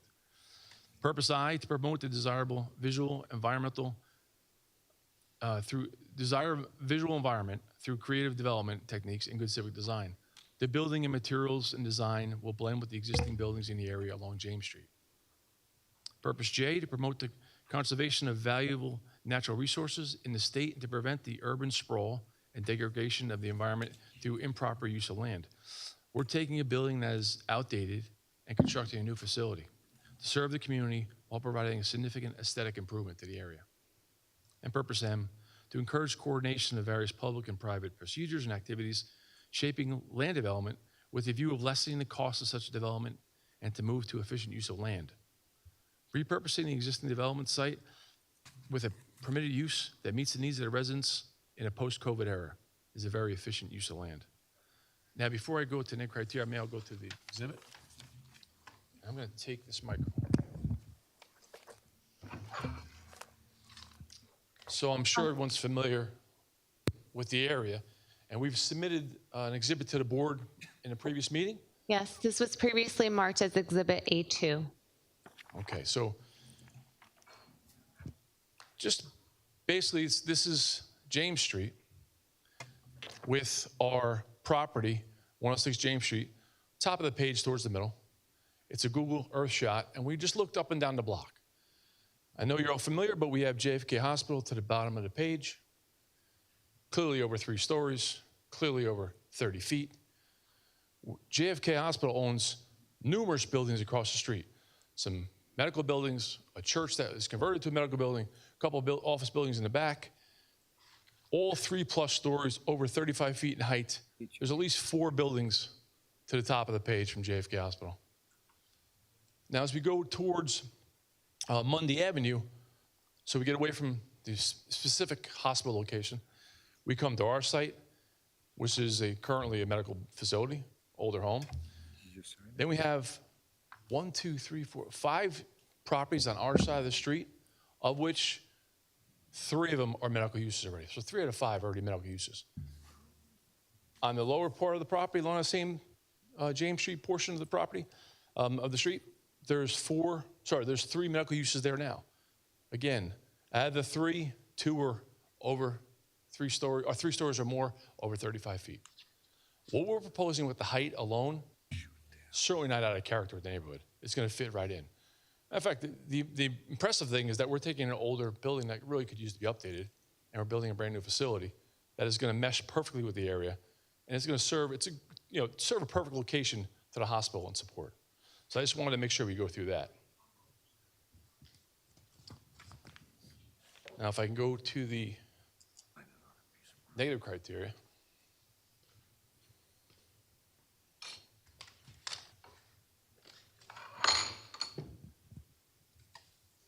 So in preparation of the testimony tonight in the application, we did look at your last re-examination, which was 2011. I know the township's in the midst right now of redoing it again, but it is more than 10 years old, and some of the regulations may not be applicable. And you've heard testimony from traffic that the traffic tendencies have surely changed over the last 20 years, especially since COVID. And then we have a pulmonologist who is very specifically, his business has changed.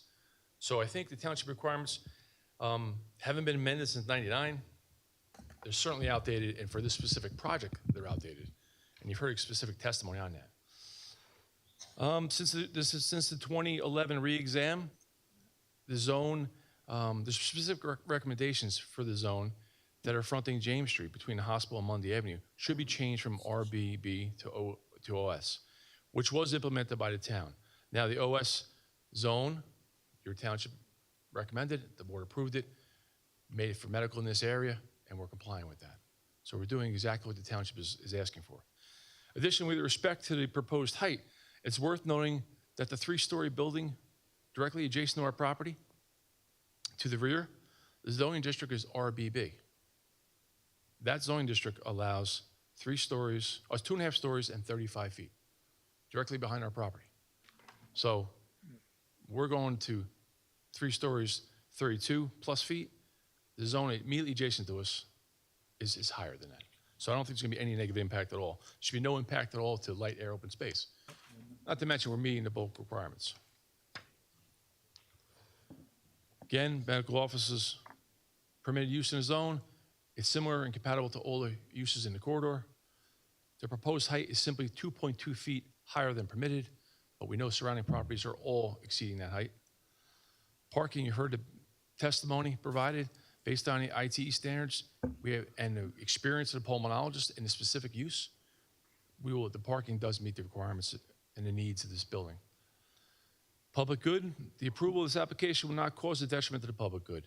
The proposed use is rather a benefit to the public good, both in terms of providing a much-needed pulmonologist practice in Edison in close proximity to the hospital, as well as to request variances for height and floor area ratio variances are directly necessitated by the need to ensure that the rooms in the facilities are properly ventilated as patients arise. And again, you've heard that the applicant has agreed to even restrict that third floor. So that completes my planning testimony, if anybody has any questions. Does the board have any questions for Mr. Dupont? Mr. Dupont, I'd like to go through your visuals. So where the subject site is located is for photo 9. So to the right of it is you have the Temple Emmanuel property. That entire property is all owned by JFK, and it goes back to JFK, correct? Correct. Okay. So then the properties that are adjacent between the subject site and Mundy, there are medical uses. The medical uses that are there, what are the height of those? Those on that side of the street are 30 feet or lower. They don't exceed 30 feet. Okay. So would you agree with me that this, if so approved, that this would kind of change the character of that side of the street? Well, I don't think the corridor, perhaps that side of the street, but the corridor, clearly everything on the other side of the street is exceeding that height. Sorry. I'm sorry, be no outbursts. The public will have an opportunity to speak later, but there will be no outbursts. Ms. Dupont, you may continue. I was going to say that the three to the other side of the street are exceeding that height. I wasn't talking about that side of the street. Understood. I think you're accurate on what you said. All right. And where did you state that the RBB zone is? Directly behind our property, which is, I believe the property is facing on Adams Street. Okay. All right. Thank you. Does the board have any other questions for Mr. Dupont? All right. Seeing none. Thank you. Thank you.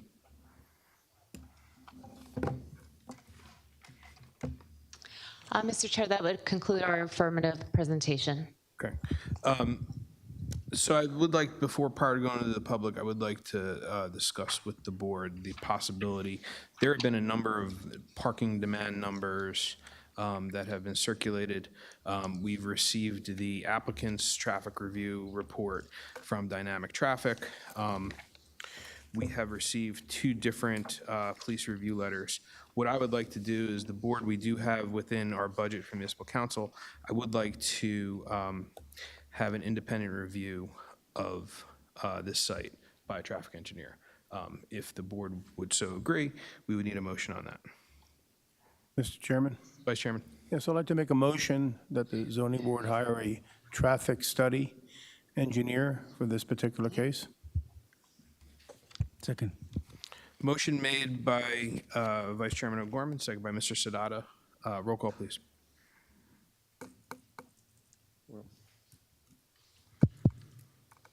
Mr. Barone? Yes on the motion. Mr. Chabra? Yes to the motion. Mr. Patel? Yes on the motion. Mr. DeVay? Yes on the motion. Mr. Siddhartha? Yes to the motion. Vice Chair O'Gorman? Yes on the motion. And Chairman Kumba? Yes on the motion. Okay, so I'm going to turn to my expert on this one. Mr. Carley, Mr. Bignell, what would your guesstimation be, just in terms of carrying this matter, or would guesstimation be on how long it would take an engineer to get us a traffic study for this site?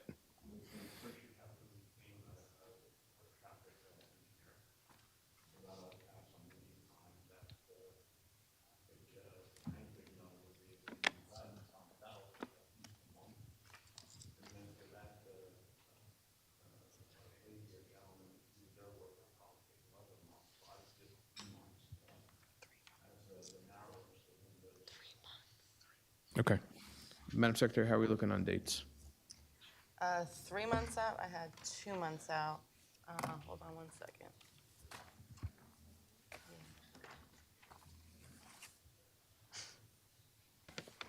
Mr. Chair, would it be possible to schedule it 2 months out, and if your professional is not prepared, then we can carry an additional month?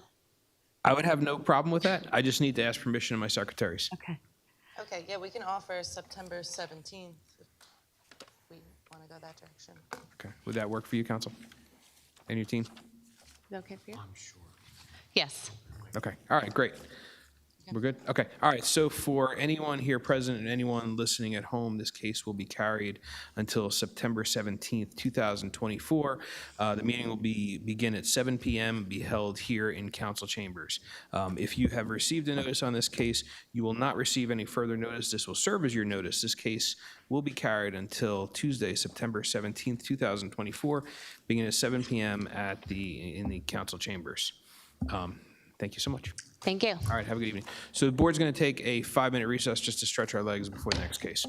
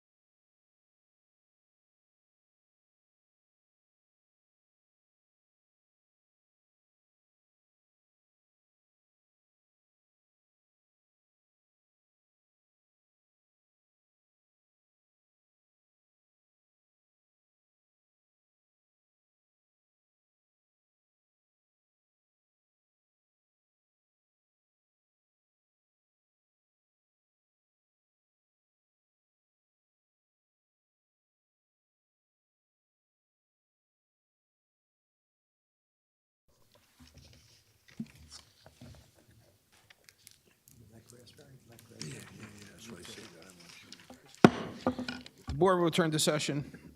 Prior to going to the next case, we just have one announcement. Case 7 on the agenda, Z45, 2023, Juana Lopez at 237 Woodbridge Avenue. It has been carried to August 27th, 2024. If you are here for this case, Z45, 2023, Juana Lopez at 2037 Woodbridge Avenue, it will not be heard this evening. It will be heard on August 27th, 2024, beginning at 7 p.m. here in council chambers. All right, Madam Clerk, next case on the agenda, please. Case number Z40, 2023, Verizon Wireless at 2387 Woodbridge Ave. Applicant is seeking bulk and use variances to propose to add antennas and triplexers to the existing transmission tower and add 4 cabinets in a 10 by 26 fenced area. Standards have not been met in accordance with the master plan. This is not a permitted use in this zone. Rear yard setback required is 25 feet, proposed is 21.2 feet. Height required is 30 feet, proposed is 102.5 feet. Affected property is located in the GB zone, designated as block number 265.32, lot number 1701 on the Edison Township tax map. All noticing paperwork is in order. Good evening, Mr. Ferrara. Good evening, Mr. Chairman, members of the board. Frank Ferraro with the firm of Ferraro and Stamos here on behalf of the applicant, Verizon Wireless. Mr. Chairman, as was indicated by Ms. Ruggiero, that this is an application for a use variance, height variance. We have a parking deviation. We are also asking for a waiver from the pipeline buffering ordinance and a rear yard setback variance. Verizon Wireless has unreliable service in this area of Edison around the subject site at 2387 Woodbridge Avenue. We do have 3 witnesses tonight. Our radio frequency engineer will review the need for this particular site at this location and at this particular height on the pole. The need here is twofold. The engineer will review the existing coverage in the area and the gap that exists. In addition, he'll also address the capacity deficiency in the network driven by just the amount of data usage in this particular area. The existing on-air sites can no longer keep up with it. So this additional site will help remedy that situation and provide reliable coverage to the neighborhood. We will have our professional engineer review the site plan and the site design. And then finally, our last witness is Timothy Cronk, who is our professional planner. He will review the statutory criteria for the granting of the use variance, the height variance, and the underlying bulk. Just in a nutshell, as it was explained, this is an application to attach 9 panel antennas to an existing public service electric and gas company electric transmission tower. The existing tower at the site is 178 feet tall. Our antennas would be going below the wires on the tower, so our antennas will reach a height of 102.5 feet. So we do have a height variance, but it's technical in nature since we won't be increasing the height of the existing structure. And then we do have some ground equipment that the engineer can review. So, Mr. Chairman, unless there's any initial comments or questions from the board members, we would call our first witness. Does the board have anything to add? Any questions prior? Seeing none, you may proceed. Thank you. Thank you. Our first witness is Mr. Paul Dugan, who is our RF radio frequency engineer.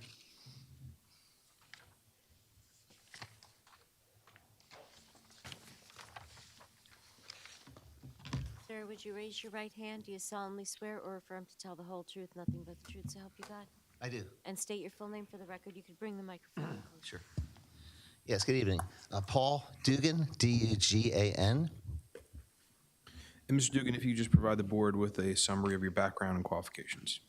Sure. I have a Bachelor of Science in Electrical Engineering from Widener University, also a Master's of Electrical Engineering from Widener University.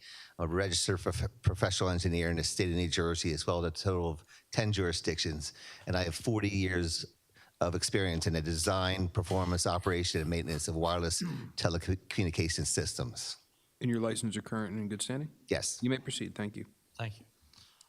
Mr. Dugan, you have undertaken a radio frequency undertaken a radio frequency review of the subject area, is that correct? Yes, I have. And the existing Verizon network, is that correct? Yes. Okay. Verizon Wireless is an FCC licensed provider of telecommunications services? Is that Yes, they right? are. Could you please just give an overview of what the need is for this particular site at this location? Sure. The objectives of the proposed co-location on the existing PSC and G pole are to provide new and improved reliable coverage and broadband service to a southern section of the township of Edison. The proposed co-location will provide new coverage to an area approximately 1 mile in all directions from the existing pole location, which equates to over 3 square miles of much improved coverage. This area includes sections of I-95, New Jersey Turnpike, Route 1, Route 514, Woodbridge Avenue, Melville Road, Old Post Road, and the adjoining roads in the community. The facility will better serve the neighborhoods and businesses in the area. The facility will also provide capacity offloading to adjacent facilities in adjoining municipalities and substantially improve in-building coverage, capacity, and data throughput speeds, which are now necessary more than ever for law enforcement, first responders, public safety, working from home, virtual learning, telehealth, online worship services, Zoom and virtual meetings, and many other escalated demands on the need for prudent wireless facilities where necessary and feasible to serve the community, utilize, in this case, an existing structure. Okay. And have you prepared, I should say, radio frequency exhibits demonstrating the need for this additional site? Yes, I have exhibits performed under my supervision from Verizon Wireless. Okay. And would you like to introduce those exhibits to the board and public? Sure. Should I grab this? Can you take the microphone with him? Okay. Yes, please. It's like a library. Just return it back at the end of the night. September. So, Mr. Dugan, as you go through the exhibit packet, I'm just going to ask that you describe each sheet and then mark it as A1, A2. Okay, I don't have a pen. I will lend you mine. Similar rules to the microphone. Mr. Ferraro, were any of these a part of the submission? There are RF exhibits that were submitted as part of the as part of the application that the board has in their packet. So they're identical to what's? up There there? are additional exhibits Okay, in so, this. so if there are those See, that this is have mine. already been provided, he can just That's my cite to them, handwriting. and then any additional ones where I he was can looking. mark, but our board secretary will need 8.5 by, I guess, 11, 14. Okay. Yeah, I you do- need to submit those. I do have copies of the additional ones. That would be perfect if you want to, if you just want to mark the whole packet, we can do that too. Okay. Be easier, unless you want to do it page by page. Might be easy to go page by page, all right? So just so the board knows what we did, you have the RF information in your packet. We thought it might be best to also bring the same information in a different form. So instead of having the existing coverage and the proposed coverage on one sheet where you can't see the parameters of the new coverage, what Mr. Dugan's done in these exhibits is you'll see the existing coverage as it exists today, and then you'll see the proposed coverage, and you can see better how much coverage we're getting, because we thought it was a little confusing in the initial exhibit. So that's the reasoning behind it. Okay. So, Mr. Dugan, the first exhibit you're about to show is not in the board's packet. It's just a roadmap. Is that correct? Yes, this is a DeLorme Street Atlas map that I prepared, which shows the location. It identifies the location of the existing PSE and G pole, and it has two concentric circles, a half a mile and 1 mile in radius, simply placed on the map as a distance reference. And let's mark this as A1 since it's not in the board's packet.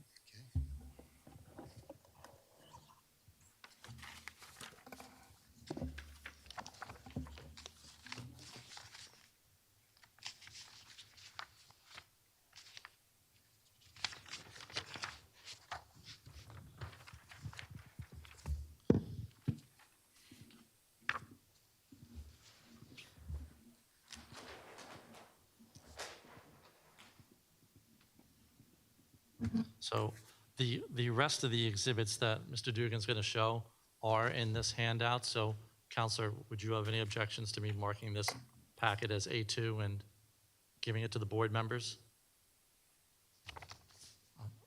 Packet is going to be marked as A2. Okay, this way.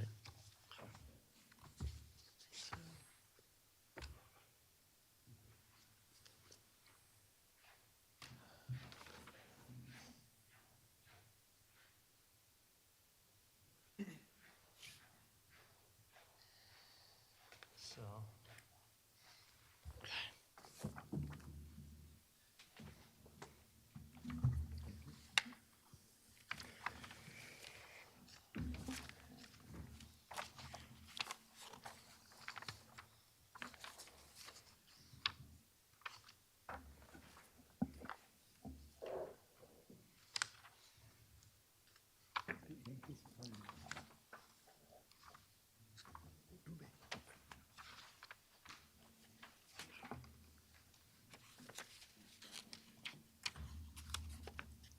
okay, thank you.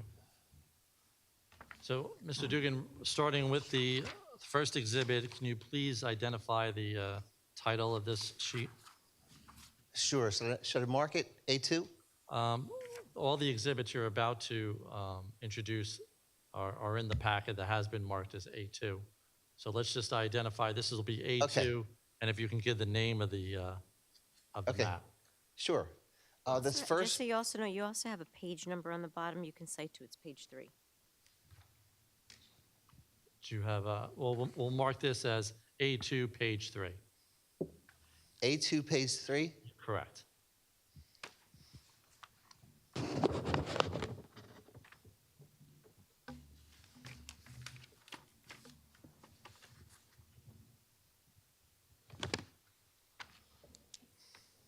Okay. The first propagation modeling exhibit shows existing coverage from the existing facilities that are serving the area. Verizon operates in several different frequency bands. The lower the frequency band, which is 700 megahertz, is the lowest. The signals travel the farthest. As you go up in frequency, signals just simply fall off and don't travel as far. So at 700, existing coverage is not all that bad. You can see it's the yellow meets their design threshold, but there are some gap areas to the north or northeast of the proposed site location.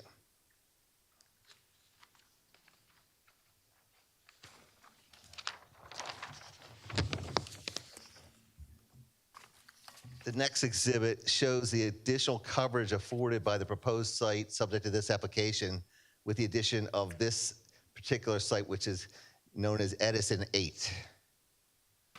So this shows how this will fill in some of those gap areas that existed to the north and northeast of the site, and also provide sufficient overlap with adjacent sites.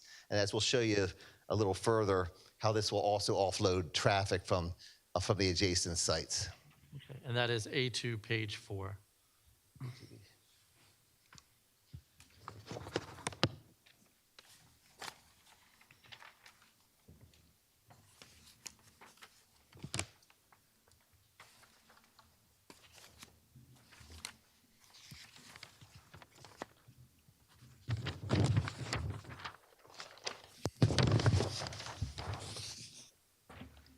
The next prop exhibit is existing coverage at what's known as 2100 megahertz, also known as AWS band, from the existing sites without the addition of Edison 8.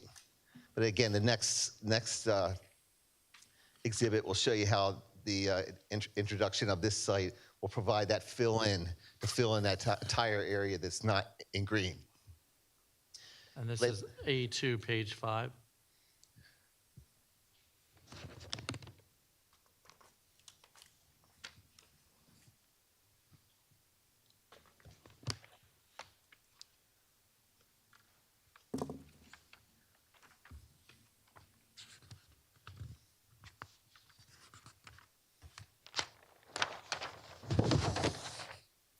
This site shows the additional coverage afforded by the Edison 8 at 2100 megahertz.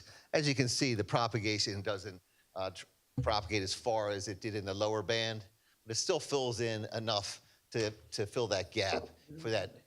We're going to mark, this one's going to be marked as A3 because this is an additional exhibit to the packet. A3? A3. Yeah, so we don't have this in this packet, just so you know. I'm sorry? So this particular exhibit is not in this. Correct. So I'm going to mark this as A3.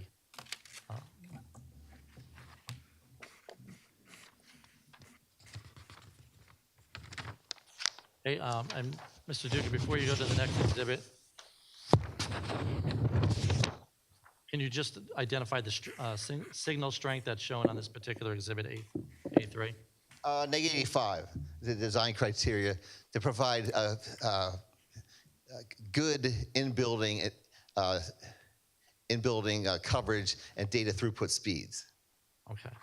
And the exhibit that the board has as A2, page 7, that shows the same coverage but at a neg 100 level. I believe so, yeah. So it's showing more coverage than the neg 85, correct? Yes. Okay.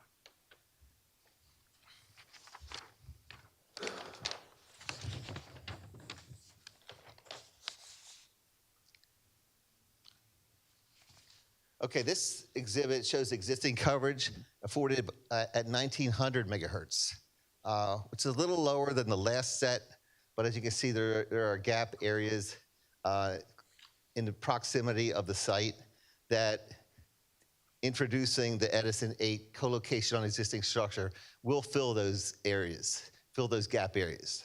Okay, and that is A2, page 8. A2, page 8? Yep.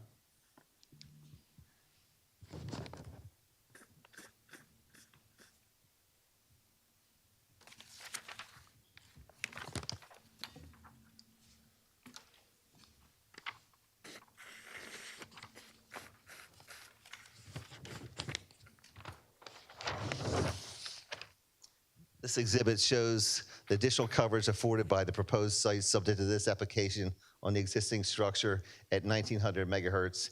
Again, this will fill in most of those gap areas close to the site. Okay, and this is going to be marked as A4 because this is not in the board's packet. This is the coverage shown at a level of neg 85, correct? Yes. Which is an in-building level of coverage? Yes. The propagation map shown in the board's packet, which is A2, page 10, shows the 1900 proposed coverage at a neg 100 level, correct? I believe that's the case, yes. Okay. Could you describe the difference between neg 85 and neg 100? Neg 85 is a stronger signal, higher threshold. It provides, if you're at neg 85, you can provide much better in-building coverage, much better data throughput speeds to serve your customers. And is neg 100 more of an on-street level of service? More or less, yeah. Okay. So we're showing both levels of coverage. The ultimate objective for Verizon here is to provide in-building coverage, is that correct? Yes, yes. Also, I wanted to point out that when I do my site visit, I canvass the area looking for any other existing tall structures that could be considered for co-location.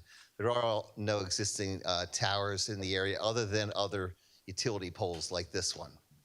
Also, I do data throughput speed checks throughout the neighborhoods to validate the need for better coverage. And it's clearly the data throughput speeds are poor throughout these neighborhoods, which really demonstrates a need for a new facility at this location. And have you prepared capacity charts to demonstrate the capacity deficiency in the area?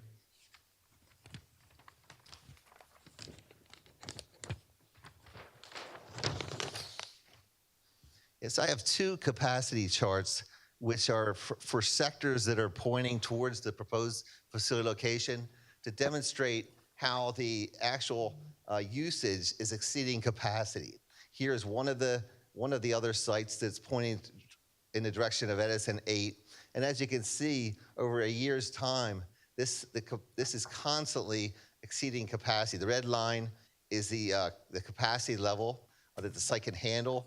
and the green is the actual usage throughout a year's time. What happens is when you exceed the capacity, you either deny service or performance of the site just degrades. Data throughput speeds just drops substantially. So this demonstrates the need to offload traffic from these other adjacent sectors. And what will happen when the new site is introduced, it'll absorb usage from traffic in the area, and these blue, the actual usage will actually drop. So it'll be within capacity limits and much better serve the area. Okay, and Mr. Dugan, that's A2, page 12 in the board's packet.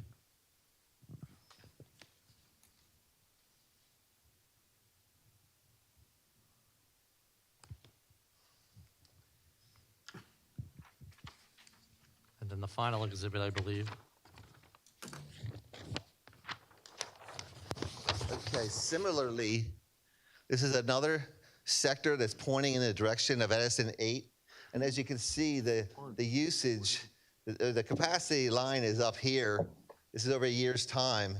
And the usage actual usage just climbed to the point of exceeding capacity earlier this first quarter of this year. And that's A2, page 13.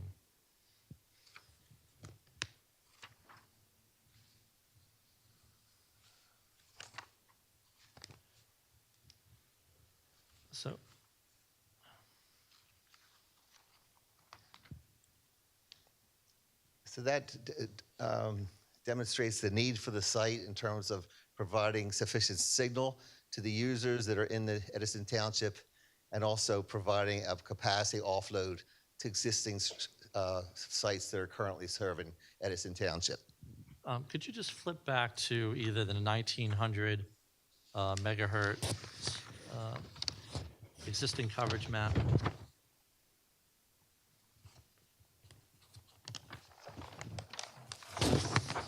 That's this one. Okay, perfect. So the capacity charts that we just showed, maybe we can put some context to it. Which two sites, existing sites as shown on this map, are exhausted or beyond capacity?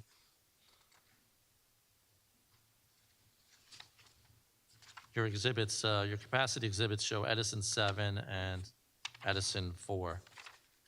Edison 4 Gamma, Mr. Dugan, I'm sorry, if you could just bring the microphone back up.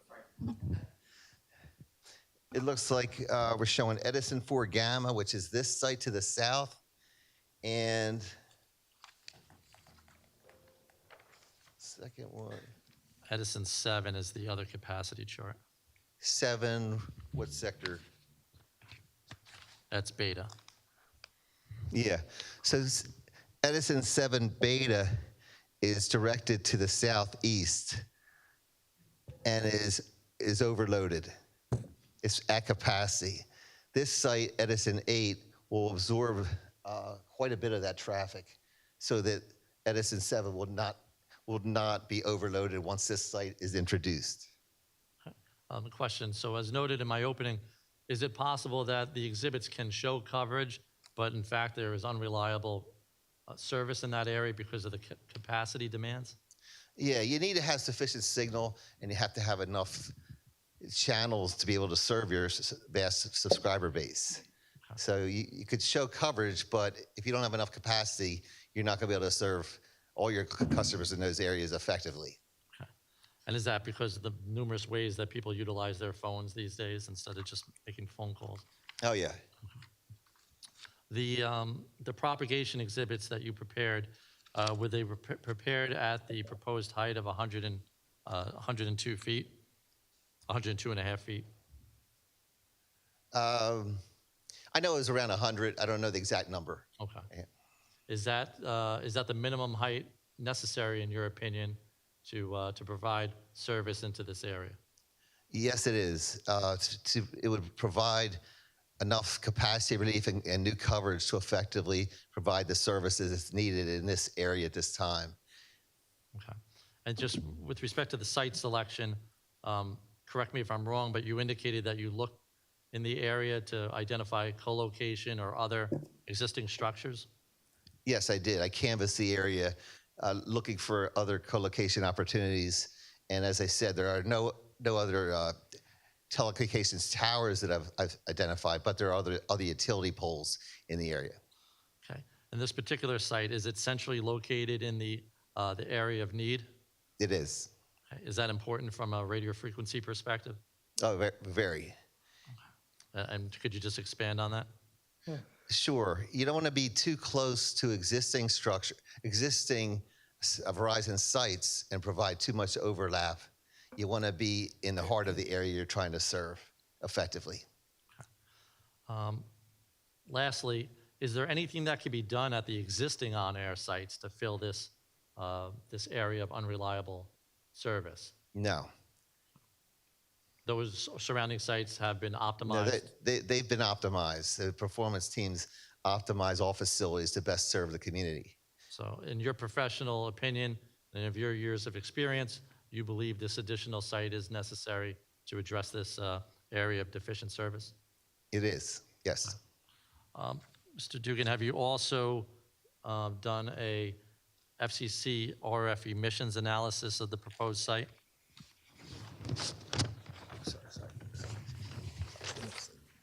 Yes, I did. And in fact, you prepared the report that was submitted to the board dated November 3rd, 2023, entitled RF Safety FCC Compliance, a Proposed Communications Facility. Is that correct? That's correct. Councilor, do I have to mark this? It was in the board's packet. I'll mark it. It's easy enough. A5 will be the RF emissions report. Mr. Dugan, could you please review the analysis and conclusion contained in this report? Sure. I performed an evaluation of the proposed facility subject to this application to provide a determination and certification that this site complies with the FCC exposure limits and guidelines for the health, safety, and welfare of the public. The FCC sets a national standard for compliance with electromagnetic field safety. And with all upper limit parameters, this site at any ground level location and proximity to this facility will be at or below 1% of the federal safety standard. And will this facility, if approved, cause any interference with existing public safety communications or other electronic equipment? It will not. Okay, thank you. Mr. Chairman, I have no further direct questions of Mr. Dugan. I would open it to the board. Does the board have any questions for Mr. Dugan?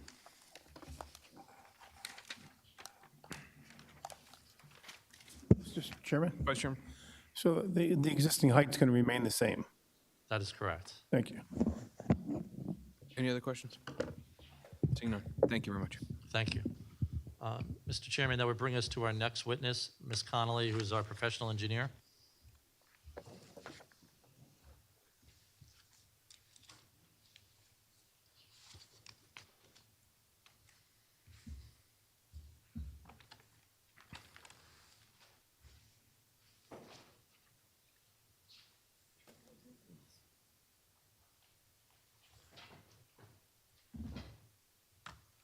Raise your right hand. Do you solemnly swear or affirm to tell the truth, the whole truth, nothing but the truth, so help you God? Yes. And please state your full name for the record. Colleen Connolly, Connolly. And Ms. Connolly, if you could just give the board a summary of your background and qualifications. Yes, I have a bachelor's of engineering in civil engineering from Stevens Institute of Technology, and I'm a licensed professional engineer in the state of New Jersey. I've testified among numerous boards throughout the state, and I have testified before this board before. And your license are current and in good standing? Yes, it is. Great, we'll accept you. You may proceed. Thank you. Thank you. Ms. Connolly, the plans that you're about to present were either prepared by you or under your supervision, is that correct? Yes, that's correct. Could you please just go over the existing conditions and then review with the board the proposed improvements? Certainly.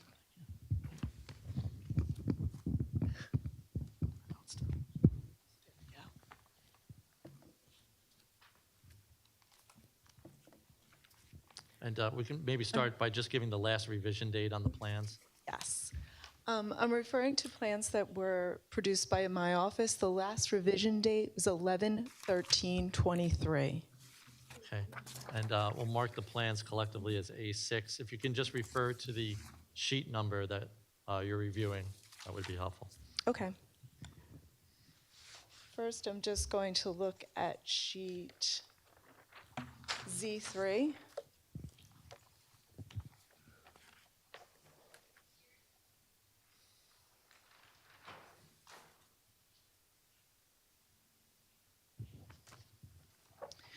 So this property is the Public Service Electric and Gas Company property.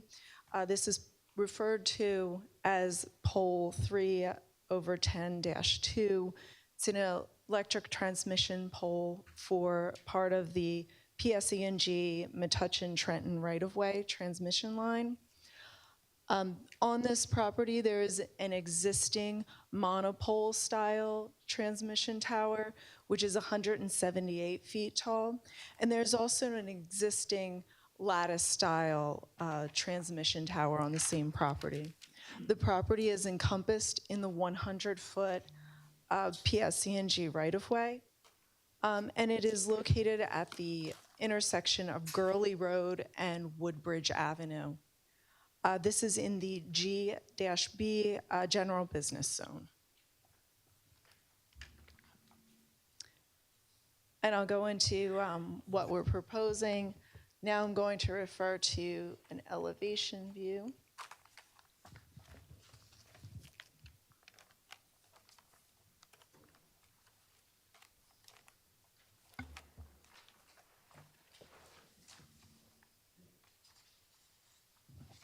So I'm looking at sheet Z5, which is the elevation detail. You can see that this shows the existing tower. It is 178 feet tall. There will be no increase in the height of the tower itself. We're proposing 9 panel antennas with 6 triplexers and 1 OVP on a triangular placed platform, which will be attached to this existing tower. That will be at a maximum height to the antenna of 102.5 feet.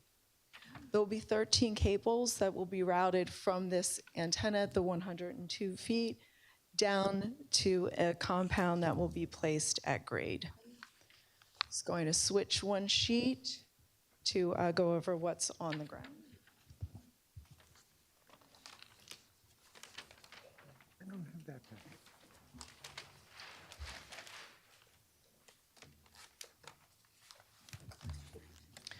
So now I'm referring to sheet Z4, which is the equipment layout. You can see that we are proposing a compound, a fenced compound. That compound is 10 feet by 26 feet. It's a fenced compound. We'll have an 8-foot high chain link fence, which will have green privacy slats for screening. Within that compound, there will be 2 proposed cabinets and room for 2 future cabinets, as well as an electric panel, an automatic transfer switch with a generator plug, a 200 amp disconnect and meter, a telephone enclosure, as well as some additional equipment of 6 triplexers, 1 OVP, and 6 RRHs. Those will be placed on the equipment frame that is shown next to the cabinets. There will be an ice bridge that'll be 10 feet high that will go from the compound over to the monopole, or over to the mono tower for transmission tower, to have the cables go up to the antennas. Also proposing 2 GPS units. The facility will require electric and fiber service that will come from an existing utility pole that's on the site and be routed underground to the compound itself. Access to the site, let me go back to the overall site plan. Hold on one second.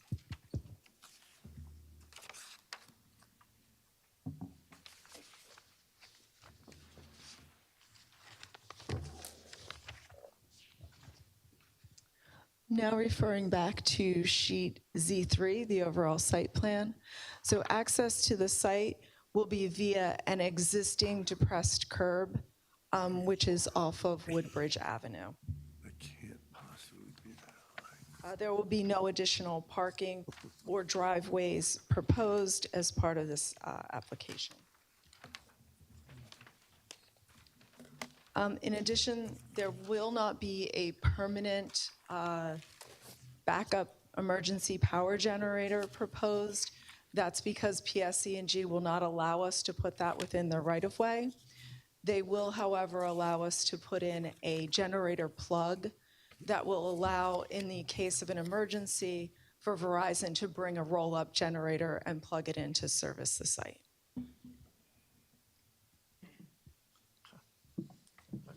And just so far as some of the comments, there is, this facility will be remotely monitored on a 24/7 basis. Is that correct? Yes, regarding security, or actually, do you want me to just run through the comments or some of the key comment things? However you prefer. So if we could go through report by report. So which one are you sorry. questioning from? The DNR report, we were starting at section 2. All right, Mr. Carley, step up to the plate.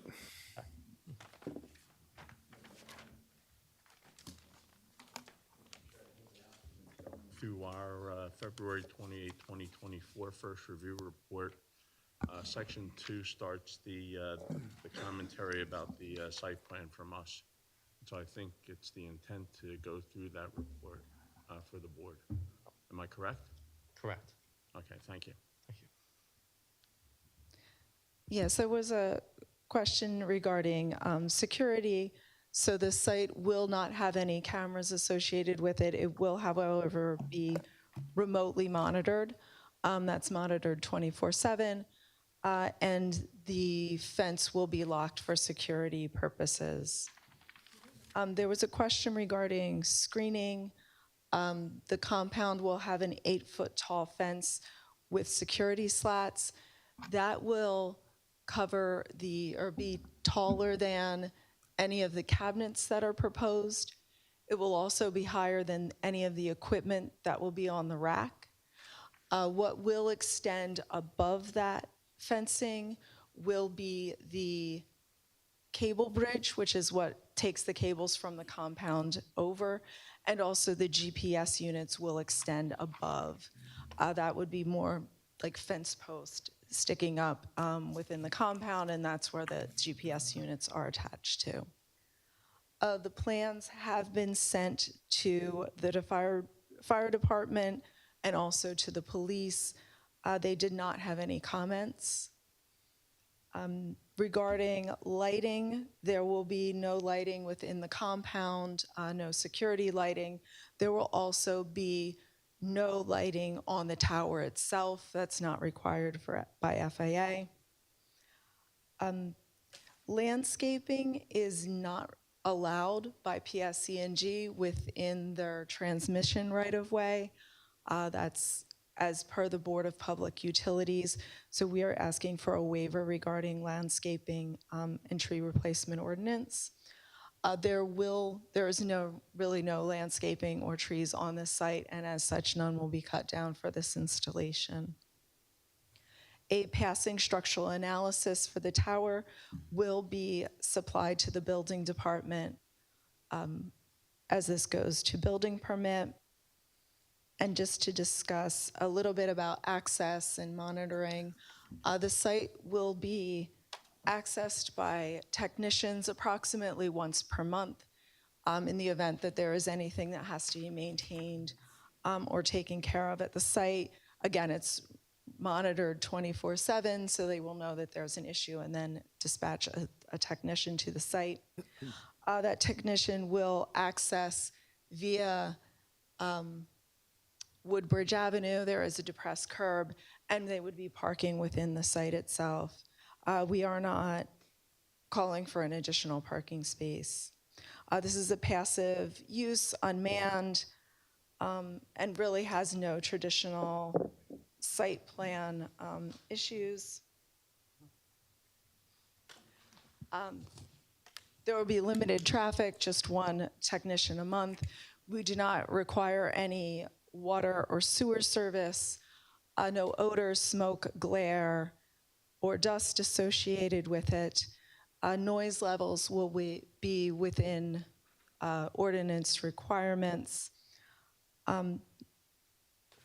no need for municipal services, will comply with the building codes and the EIA-TIA standards, as well as the NESC standards, which are required for electrical transmission lines.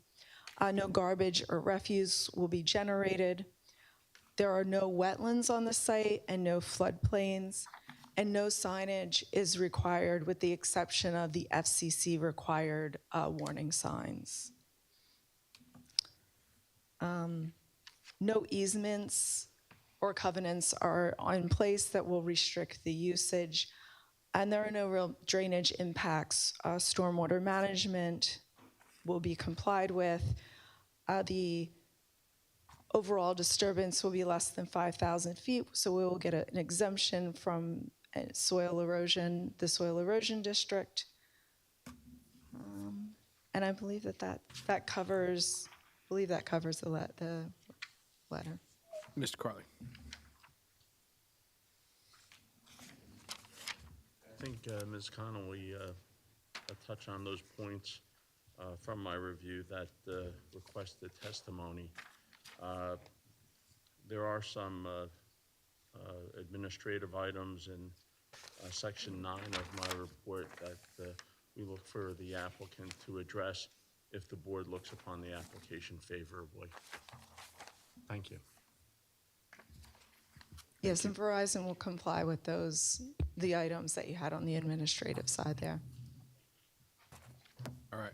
Mr. Bugnell?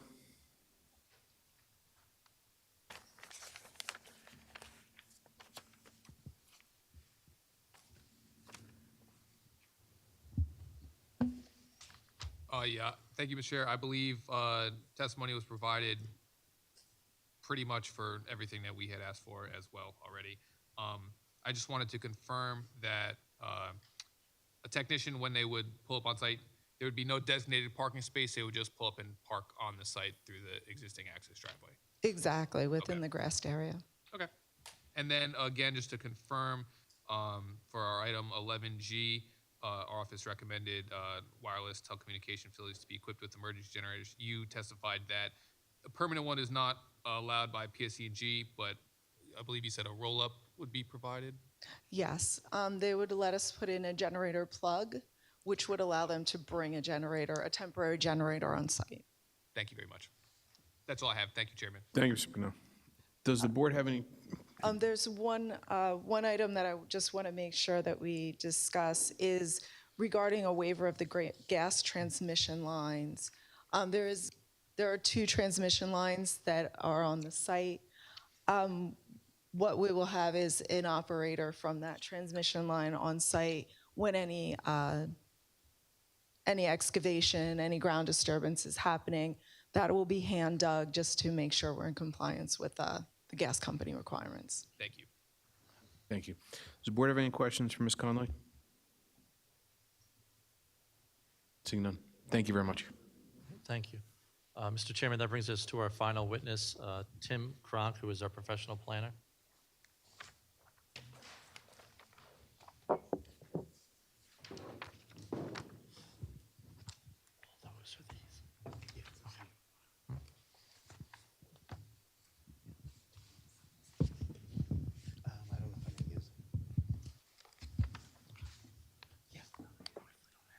Raise your right hand. Do you solemnly swear or affirm to tell the whole truth, nothing but the truth, so help you God? I do. And please state your full name for the record. Timothy M. Kronk, K-R-O-N-K. And Mr. Kronk, if you could just give the board a summary of your background and qualifications. Yes, I have a Bachelor of Science from the University of Massachusetts. I have 33 years of land use experience, predominantly in New Jersey. I am a New Jersey licensed professional planner and an AICP certified planner, and my license is intact, and I have been accepted by this board on numerous occasions. Great, so we'll accept you again. Thank you. Mr. Chairman. Mr. Kronk, you have performed a planning analysis of the subject application, is that correct? Yes, I have. Could you please start by reviewing some of the materials that you looked at in preparation for your testimony tonight?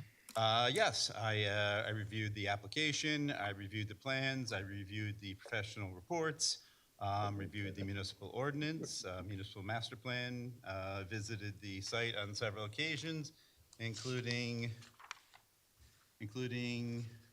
March 17th, when I took photographs for the purpose of preparing a visual analysis package that was submitted to the board. Okay, and is this visual analysis for Edison 8 dated April 11th, 2024? Yes. Is this a copy of that visual analysis report? Yes, it is. The date, the April 11th was the date it was submitted. The photos were completed on March 17th. Okay, and this is in the board's packet. I'll just mark it as That A7. is correct. Okay. Yes. Based upon your due diligence, could you please share your opinion as to whether the applicant has met the statutory requirements for a D1 use variance, as well as the ancillary variances in the application? Certainly, I will. As you mentioned, the subject application does require a D1 use variance, as the subject property is located in the GB zone, General Business District, and wireless telecommunications are not permitted in that zone. We also do require relief under a D6 deviation. A maximum height permitted in this zone is 30 feet. The proposed antennas will be 102.5 feet to the top of the antennas, but the existing tower itself is 178 feet, so we'll be nowhere near the top of it. We also do require a bulk variance deviation for a rear yard setback. The zone does require a 25-foot rear yard setback. It's actually proposing 21.2, but that's not on the ground. That is actually to the antennas at the 102.5-foot elevation. Subject property is about a third of an acre, 14,134 square feet. The lot is undeveloped other than the two existing PSE&G transmission towers on site. As the engineer mentioned, one's the newer monopole type structure and the other is the older lattice tower. These two towers are in a 100-foot wide PSE&G right-of-way that encompasses the entire lot. The proposal by Verizon Wireless is for the 9 antennas to be located at that 99.5-foot center line with a 102.5-foot maximum height. Equipment compound at the base, 10 feet by 26 feet, enclosed with the 8-foot high chain link fence. In evaluating the wireless telecommunications use in a D variance, the New Jersey Supreme Court has instructed us to use the 4-step SEEK analysis in evaluating this type of application. As the board is aware, first you identify the public interest at stake. Second, determine what detrimental effects could ensue from the grant of the variance. Third, impose reasonable conditions to help ameliorate the negative impacts. And fourth, perform the actual balancing test between the positive and negative aspects of this application. Verizon Wireless is a licensed FCC provider of wireless telecommunications services in this portion of Middlesex County. And the New Jersey Supreme Court also opined that the fact that the carrier does possess the requisite FCC license to provide services in this area, that the carrier does promote the general welfare through enhanced telecommunications services. But what we need to do in the evaluation of each application is determine the particular suitability of the application or the location. In this case, a large portion of the suitability comes down to the radio frequency testimony that you heard from Mr. Dugan. The proposed site is centrally located in the coverage deficiency area that Verizon Wireless is experiencing, both in coverage and capacity. By being centrally located, they are able to make their handoffs to the surrounding sites without being too close to any of the existing sites in the area. We are also proposing an installation that's nowhere near the top of the tower. We have a maximum height of 102.5 feet, and that's the maximum. It's the maximum height that Verizon needs. So we're not going any higher than is required to provide the coverage to this area. The site is also particularly suited from the fact that we are locating these antennas on an existing structure. Although we are not in a zone that permits this use, certainly the second best planning alternative to being in a permitted location would to be use any type of existing structure. And of course, PSE&G towers, as the board is aware, are high, and we can get the height that's required for the radio frequency engineers to meet their coverage objectives. The subject lot is certainly a utility use. As I mentioned, the lot has no development on site other than 2 existing utility uses. We are in a utility corridor, and we are located in 100-foot wide PSC&G right-of-way. So the utility use that we are proposing has clearly been established in this location, and that has also been confirmed by your municipal master plan that recognized the utility use at this area. Also, we are located in the GB General Business Zone, which is a non-residential zone. Certainly, there are residents in the area, but it's, especially along Woodbridge Avenue, predominantly a commercial zone. So for those reasons, I do believe that this site is particularly suited, and combined with the special reasons of promotion of general welfare through enhanced telecommunication services, I do believe that this application meets the statutory criteria required for the grant of the D1 use variance. With regard to the second step of the SEQA analysis, where we identified the detrimental effects that could ensue from this application, this is a benign commercial use. This is a use that has none of the traditional negative impacts associated with land development. There is no noise, no glare, no odor, no vibration, no noxious characteristics.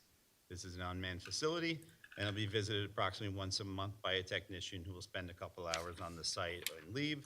Certainly, the existing PSC&G curb cut and driveway area is sufficient for a small SUV or van-type vehicle to pull off Woodbridge Avenue and park there to perform their diagnostics. This application will have no impact on utilities in the area. The only things that Verizon will require is electric service and fiber service, and those will be brought in by Verizon Wireless. There is no impact on any municipal utilities or services. As Mr. Dugan testified to, the site will be in complete compliance with all FCC requirements for the emissions of radio energy.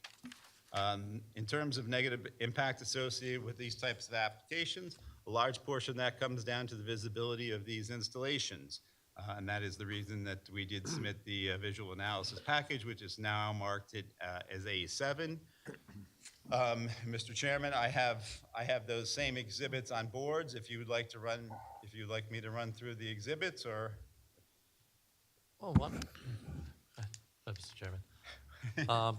Perhaps you can do an overview of them, Mr. Cronk, first, because the board has them in front of them. yes, that's what I was asking. If you wanted me to. Let's do that. Just if you can give your opinion based upon the photo simulations that you took in A7, the report A7. I think we don't need the boards for now. Okay. Why don't we, if you can give your opinion on what the aesthetic impact, if any, is. Well, certainly as the board can see as they leaf through that visual analysis package that was submitted, there is a series of photographs that were taken in the surrounding environs of view sheds that represented in all directions. And certainly, as you can see, we have a large transmission tower and a monopole structure, another lattice one right next to it. We have a utility corridor with a lot of tall structures. And in those photographs, a lot of times it's even hard to find those small antennas at the 102-foot elevation. So I certainly do not believe that the visibility of this application would have any detrimental effect on the surrounding areas. Under the third step of the SEQA balancing test is for the board to impose any reasonable conditions to help ameliorate the negative impacts of the application. And then we move on to the fourth step of the analysis, and in that one we are balancing the promotion of the general welfare through enhanced telecommunication services against the negative impacts, primarily of visual nature, and determine on balance whether the board can grant the variance without a substantial detriment to the public good. And I certainly do believe that the visibility in the negative impact here does not rise to the level of a substantial detriment, and the board certainly can approve this application. I do believe the board can grant the variance without a substantial impairment to the zone plan or zoning ordinance. We are in a utility corridor. The lot is entirely utility with 2 other structures. I do not believe there'll be any other future development on this lot since it's all in the PSC&G right away, and don't believe there could be any other development. I believe it's a very appropriate location, and as I mentioned, the master plan actually identifies this as a public utility use. So I do believe that there would not be any impairment to the zone plan or zoning ordinance. Thank you, Mr. Kronk. Thank you. Mr. Chairman, questions, Mr. Kronk, regarding this testimony or exhibits? Does the board have any questions for Mr. Kronk? Mrs. Dave? Mrs. Dave, just bring the microphone Mr. over. Bignell planning report and the DNR's report as well, correct? Correct. And you'll comply with everything that's included in there, correct? Yes, correct. Okay, thank you. Thank you. Any other questions? All right, seeing none. Thank you very much. Thank you. Mr. Chairman, that concludes our direct case. Okay, all right, so we'll now go out to the public. Anyone within 200 feet of subject site wanting to be heard? If you're within 200 feet, you've received a notice via certified mail. Seeing none, we'll go outside 200 feet. Seeing none, can I get a motion to close the public portion? Motion to close public portion. Second. Motion made by Vice Chairman O'Gorman, seconded by Mr. Sadata. All in favor signify by saying aye. Aye. Opposed, nay. The ayes have it. Public portion is now closed. Mr. Farrar, if you have any summation? Mr. Chairman, I'm going to reserve and just rely on the expert testimony of my witnesses. Thank you. Thank you very much. So we'll now go to the board for decision. Mr. Chairman, Mr. Dave? I'll make a motion to approve the application. The applicant has met all the negative and positive criteria. The application is basically the erecting the 9-panel antenna on existing telecommunication tower. The visibility will have very minimal impact, aesthetic impact on the neighborhood. This motion will also include all of the testimony of the applicant, attorney, planners, engineers, and the board. And applicant will satisfy the Mr. Bignell's and the DNR's report dated February 20th, 2024. Second. Motion made by Mr. Dave, second by Vice Chairman O'Gorman. Roll call, please. Mr. Barone? Yes on the motion. Mr. Chabra? Yes to the motion. Mr. Patel? Yes on the motion. Mr. DeVay? Yes on the motion. Mr. Sidaha? Yes on the motion. Vice Chair O'Gorman? Yes on the motion. And Chairman Kumba? Yes on the motion. Unanimous approval. Congratulations. Thank you. Thank you very much for your time. Appreciate it. Thank you so much.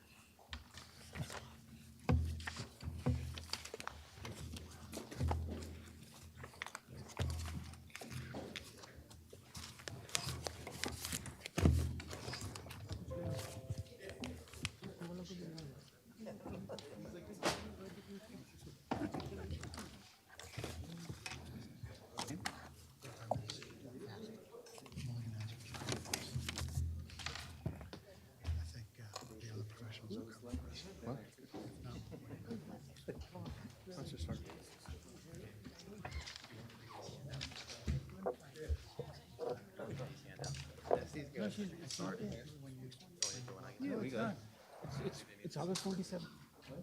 It's moved to August 27. Just if there's anything we don't have. Number 7 is August 27. Carried over to August 27. All right. Madam Secretary, next case on the agenda, please. Case number Z19, 2021, Route 27 Edison Chicken LLC at 2006 US Route 27. Applicant is seeking preliminary and final site plan approval along with use and bulk variances for the existing building to include a drive-through along with parking and various sign variances. Standards have not been met in accordance with the master plan. Lot coverage required is 75%, proposed is 80.79%. Parking spaces required are 35, proposed are 31, with 2 EV spots. Affected property is located in the GB zone designated as block number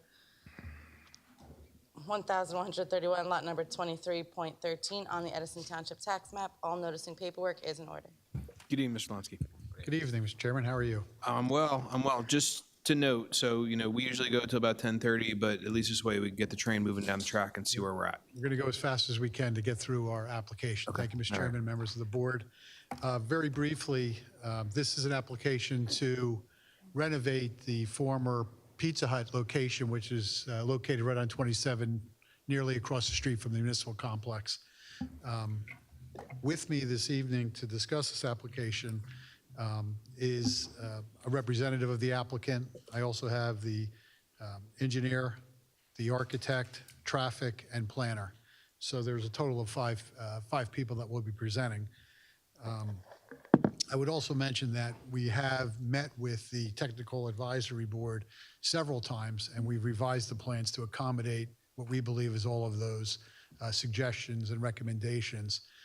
In fact, we believe and will provide the testimony that we no longer require that parking variance that was originally intended as a result of the reduction in the seating capacity and square footage of the restaurant seating area by expanding the area of the kitchen to accommodate some of the concerns of the planner. But that aside, the first witness I'm going to call is Mr. Durrani. Sir, raise your right hand. Do you solemnly swear or affirm to tell the whole truth, nothing but the truth, so help you God? Yes, I do. You got to pull the microphone in close. And can you please state your full name? Bahadar Durrani. Thank you. Mr. Durrani, can you describe your affiliation with the applicant, Route 27 Edison Chicken, LLC? I'm the owner-operator of that proposed restaurant. Yes, and is there a franchise that you intend to operate at that location? Yes, that's correct. And what's the name of the franchise? Popeye's Louisiana Kitchen. And do you have familiarity with operating and experience with other Popeyes? Yes, certainly. I've been doing this for about 16 years in several states, and I currently own about a dozen restaurants, Popeye's restaurants. So your testimony this evening, and the reason that I called you first, was to address a few of the use and operational questions that were raised by some of the board professionals. So I'm just going to go through a couple of those areas with you. Can you describe the hours of operation? They will be typical to our other restaurant, 10 a.m. to 10 p.m. And that's 7 days a week? Correct. We usually try to close early on Sundays. And there was a question about how delivery services such as Uber Eats, DoorDash, or other delivery services will use the facility, provide services. Is that correct? Can you describe? Based on our experience with our other restaurants in New Jersey, most of these drivers prefer to just come into the parking lot, park, and go in and pick up the food because on those apps, there is something where the driver has to say, I'm here, is when the food starts getting prepared. So they prefer to park and go inside. But there's a small percentage that also sometimes joins the drive-through to do that. But usually they prefer to park and go inside. Thank you. And then with respect to food deliveries and product deliveries, paper products, that type of thing, can you describe what types of vehicles are used, how often, and the hours? So these are large-scale delivery operators, and they have flexible vehicles as per needs because they deliver in New York, or other urban areas and suburban areas. So as per my conversation with the representative of the vendor, they were very flexible. They're local, and they said they could do off-peak hours. They could do at times where the town would permit us, and if needed, they could send smaller trucks for it too, and more frequency could be added as well. That's all dependent on the volume and how the town permits us. And then with respect to refuse, garbage, and recycling collections, how often, when, where, that type of operation? It's a private refuse collector, and after having a conversation with him, that too, the frequency can be increased to as much as 4 times a week, recycling to twice a week, thrice a week, and the timings can be determined by us. We can request for non-peak hours, so before business hours, if needed, or however the town directs us. And last question, operationally, there was some questions raised because, of course, fried chicken is being cooked here. What is the process for waste oil and for cooking oil deliveries and the process there to make sure it doesn't find its way into the sewer? Right. So also as restaurant operators, we're very careful about not letting it enter the drainage system. And we have tanks that are filled automatically. We dispose of used grease, cooking oil into that tank, which is then emptied out by a vendor who comes on site, and the oil basically never sees the day of light. It goes straight from our fryer into that containers, and from that container it gets pulled out by the vendor. So there's no us, ejecting any of that oil into the drainage or any of that. I have nothing further for this witness, Mr. Chairman. Thank you very much. So with regard, how many employees do you envision on site per shift? That's a good question. About 12. Okay. 8 on off-peak hours and 12 on. So 8 to 12. Okay, all right, thank you. And then with regard to deliveries, you said off-peak hours. Given that there is a residential neighborhood to the south of the site, I don't want to disrupt that at all costs. So would you agree to deliveries between, say, 7 a.m. and 10 a.m.? Yes, we do. Okay.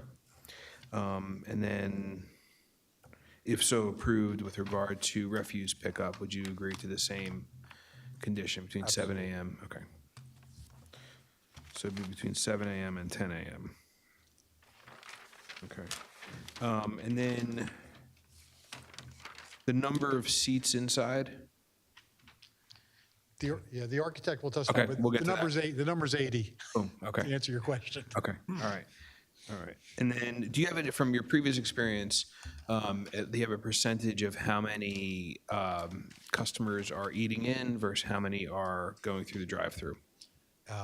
During COVID, the numbers were different. After COVID, it's a little different, but we're more of a dine-in business now. We're at 55, 45, 55 dining in, 45 in the drive-through. Okay. Very heavily drive-through reliant a couple of years ago, but not so much. Okay. Okay, all right, thank you. Does the board have any more, any other questions for the applicant? Seeing none, thank you very much. Next witness, our engineer, Brent.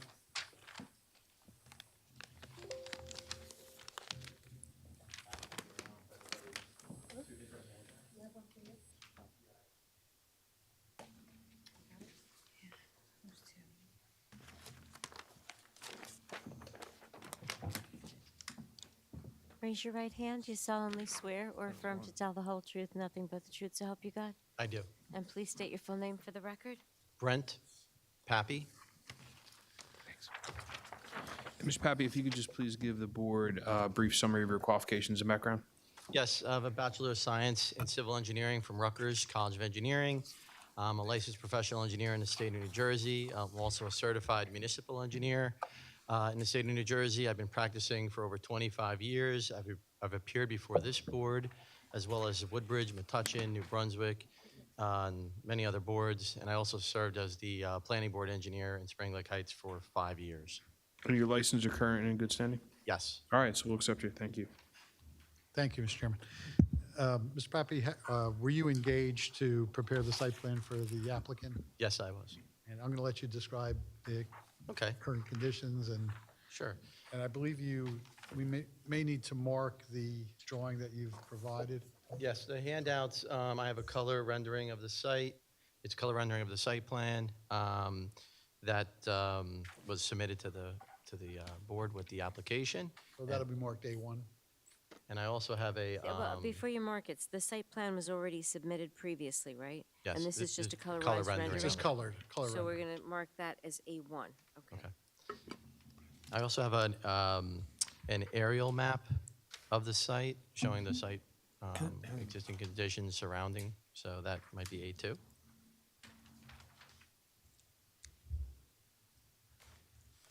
Okay. The subject property, as mentioned, is located at the address 2002 State Highway Route 27.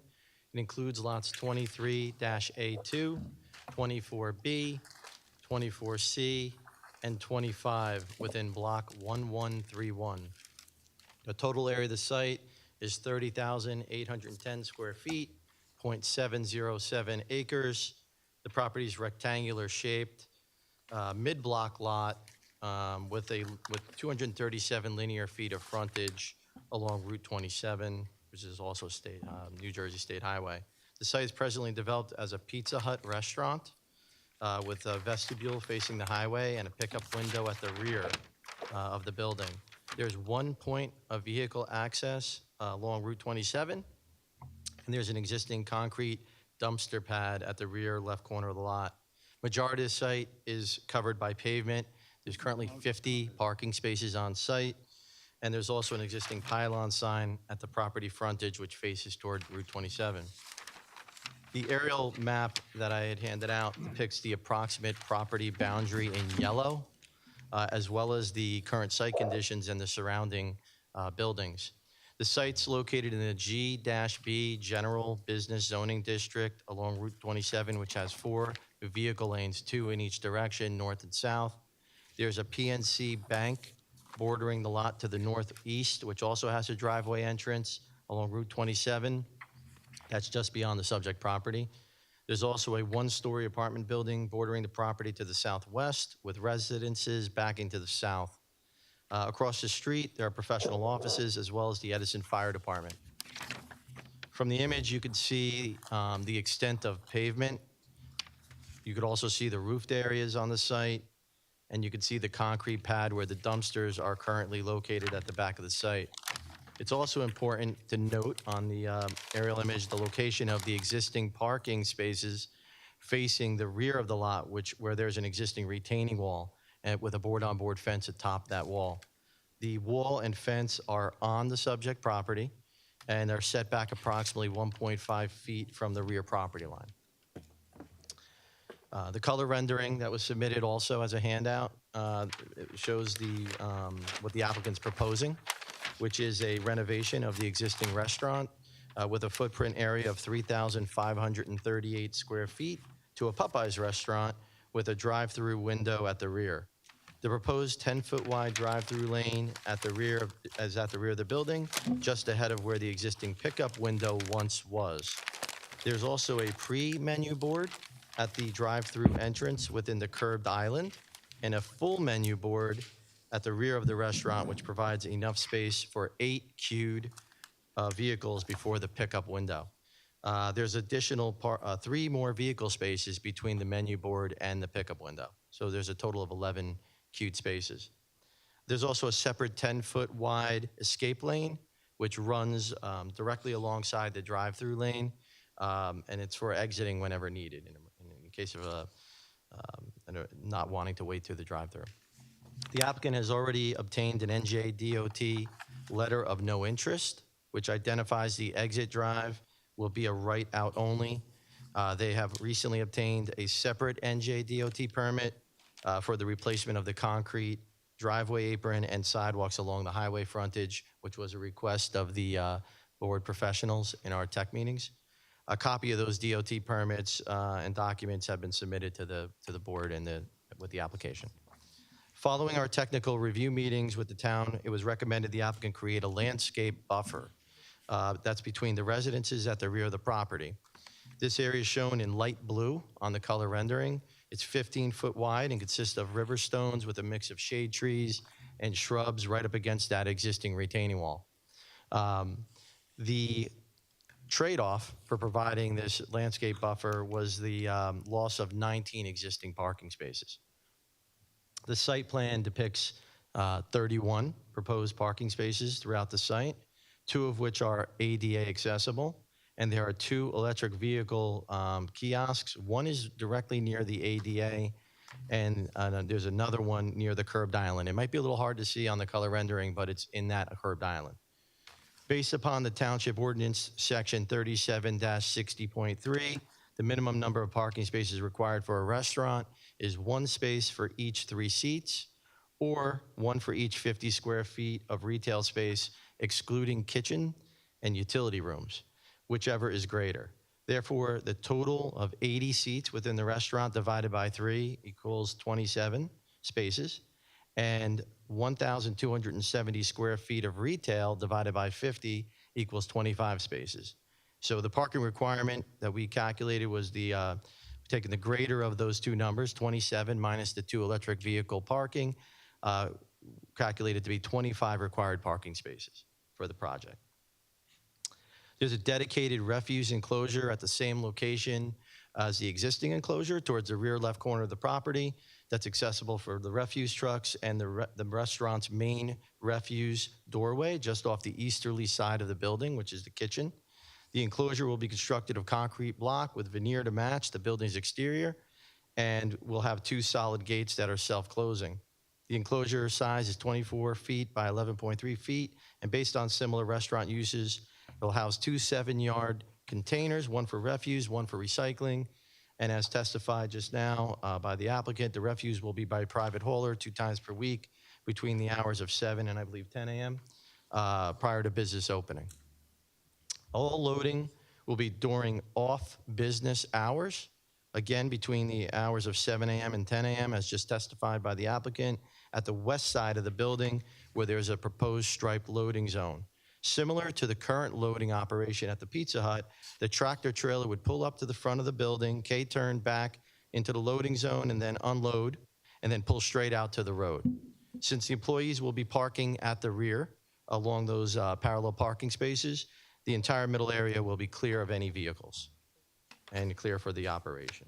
With regard to stormwater, the proposed development will not disturb more than an acre of land, nor will it increase impervious surfaces by 1/4 acre or more. And as a result, the site is not classified as a major development in accordance with the state stormwater rules, NJAC 7:8, and is not subject to water quality reductions, quantity reductions, water quality, or groundwater recharge requirements.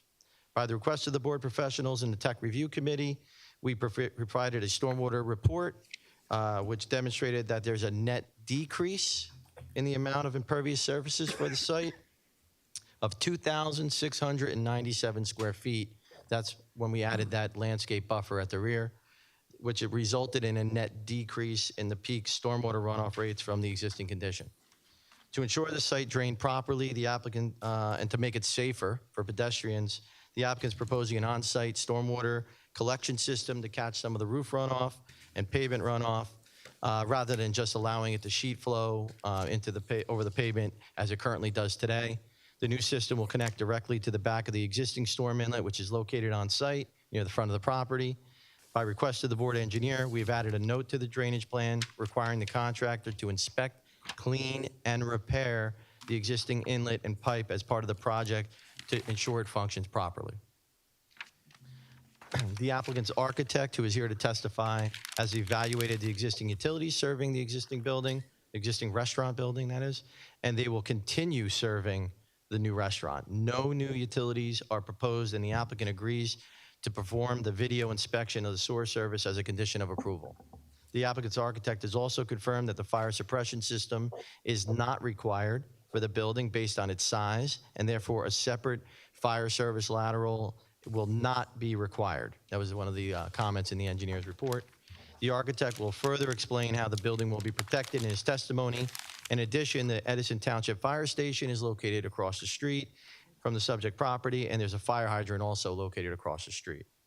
The applicant's proposing to replace the concrete curbing throughout the parking lot and sidewalks around the building.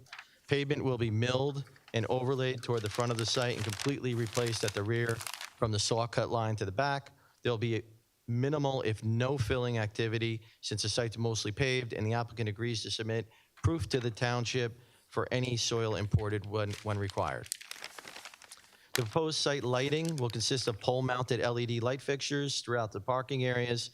All lights will be dark sky compliant and warm color temperature. We have spoken with the board engineer. We agree to comply with the lighting requirements in his report, including having no spillage onto adjacent residences and having security lighting activated by motion sensor or other means during the overnight hours to extent required by the Edison Ordinance 37-61.5. With regard to the pylon sign, it's proposed within a landscape planter bed near the front of the property, facing the direction of Route 27, similar to the existing location. The sign will be 20 feet in height, backlit, have approximately 69.3 square feet. It will require a variance for sign area since the length of the frontage is 237 feet divided by 5 permits 47.4 square feet. It also required a variance for sign setback since the sign will be less than 15 feet from the front line. The existing setback is 6.5. There's also an assortment of building-mounted signs and menu boards that are included with their submission. Quickly speeding through this. The engineering and planning review comments, just to address a few more, the applicant agrees to consolidate all the lots into one single lot. They will not be proposing a generator nor a ground-mounted transformer. The applicant will provide a refuse and recycling report as a condition of approval. The applicant will ensure all landscaping complies with the standards for selection of trees, shrubs, and vines for planting, and they agree to obtain all the necessary agency approvals and permits, including pipeline letters and letters from the Township Police and Fire. You want me to go through a couple of variances? Might as well. Okay. The application requires a use variance where the GB zone does not permit fast food restaurants with a drive-through window. The application requires a maximum impervious lot coverage variance where there's a reduction from 89.35 to 80.79, which is 2,697 square feet, and 75% is permitted. And there's a parking setback with less than 5 foot to the front line is in existing condition, which will continue. The applicant's planner will provide more details for those variances. Okay. We're going to go through Mr. Boudin's report to start. Mr. Boudin?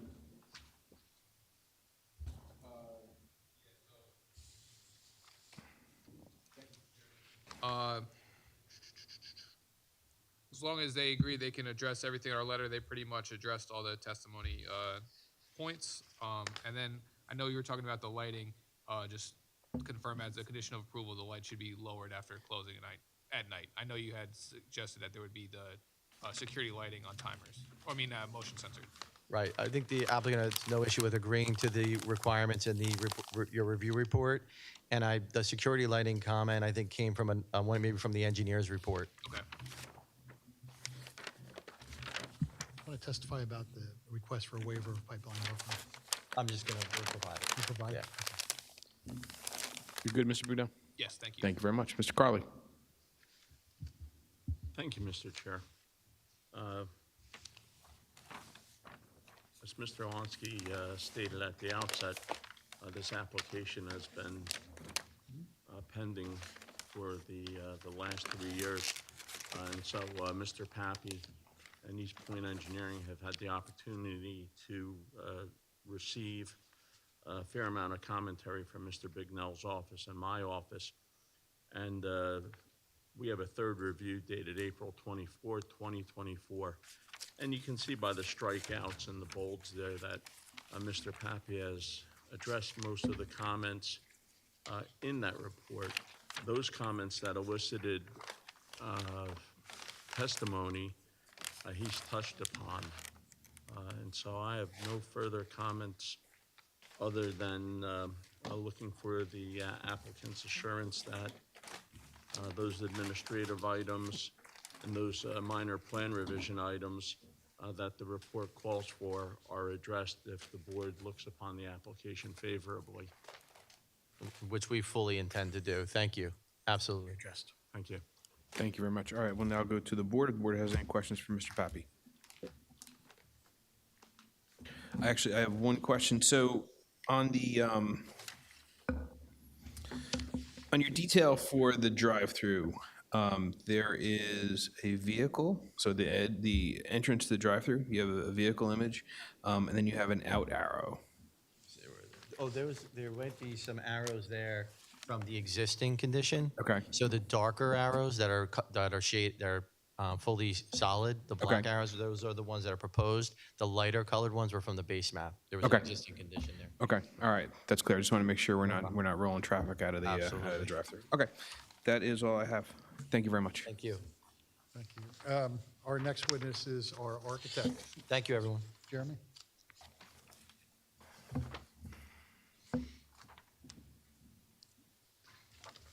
Raise your right hand. Do you solemnly swear or affirm to tell the whole truth, nothing but the truth, so help you God? I do. And just state your full name, please.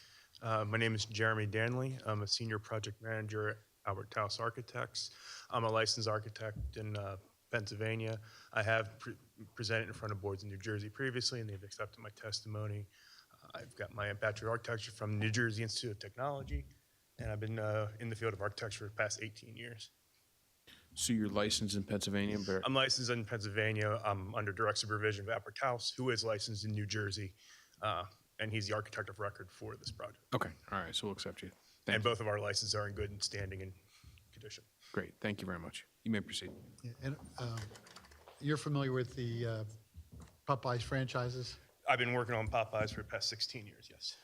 And I'm going to let you just go through your plans. You submitted your plans? As was previously testified, the way just to address on the grease used from the fryers will go into a storage tank at the rear of the building and to be picked up by a vendor truck. The employees never have to mess with the grease, manually transport it from the fryer to the tank.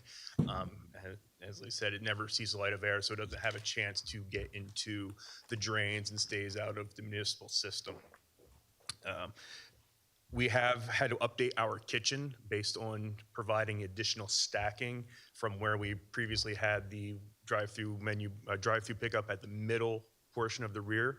We had to slide it down, so this kitchen that we made for this location is not a standard Popeyes layout. We had to update it specifically for this location to meet the stacking requirements as we've been going through the years. So it's a unique condition which changed our dining room layout and our kitchen layout to reduce some square footages, which reduced our parking needs. Why don't you go through that in a little bit of detail? Maybe you can reference your plans and sure. Stretch your legs. So you did mention about the seating. So by code, we have 80 seats shown. However, most of that's due to us using banquettes and booths, which goes by the linear foot of the bench and not necessarily the actual usable, how many people are going to practically sit there. So we have a long banquette seating, which would have more seats per code, but then be practical. You wouldn't have more than one person sitting across from that table. So 80 seats might sound high, especially in this post-COVID world, but our actual seat count is much lower. It's more like 60. So, touching on the grease, our grease tank is back here. So it'd pump from the fryer area to the grease tank, and then a truck would come to a port that's on the outside, hook up a hose, take the grease, and take it off. We did talk about the building itself does not need a fire sprinkler per the code. However, the type 1 exhaust hood for the grease cooking will have its own ANSEL suppression system, and there will be K and ABC fire extinguishers in the back of house and located per with the fire department requirements. In addition to the exterior trash enclosure, one of the requirements was to have a refrigerated storage chest for interior trash. So we are locating that in the back area away from any food prep and serving area. So we do have a refrigerated chest to have inside trash before it gets taken out to the dumpster area. And just note previously, the drive-through window was here and our front counter was here. So when the drive-through got pushed more towards the rear, the whole kitchen layout moved. So we kind of have a deeper queuing area with all of our seating on one side with all where the existing storefront is. We're not changing how the building's footprint really looks. The front door is still in that middle section. The storefront and the setback, the bump out here, all maintains the previous Pizza Hut footprint. We have a second means of egress. I have the dining room here coming out into the parking area. The main change is removing the Pizza Hut hat roof and creating a Popeyes typical building with a squared off building. One of the comments was HVAC to be hidden. We are going to have our parapet high enough from our roof level that the HVAC units and the exhaust fans will be screened by the parapet and located in the middle of the building.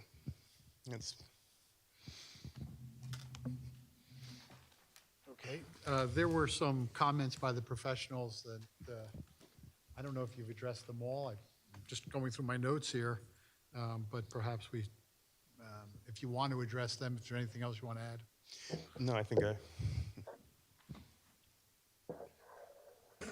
Okay, does the board have any questions for Mr. Daniels? Seeing none. Thank you very much. All right, our next witness is our traffic expert, Lee.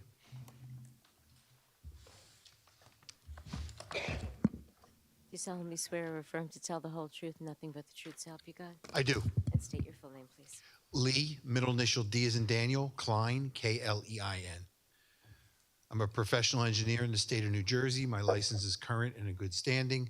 I'm also a nationally certified professional traffic operations engineer. I've been accepted in several boards, name a few in Middlesex County, Monroe, Piscataway. Sometimes I do the planning board applications if there's a conflict with their traffic engineer. Woodbridge, North Brunswick, South Plainfield, New Brunswick. So you've been to the rest, so welcome to the best. We'll accept it. Sounds good.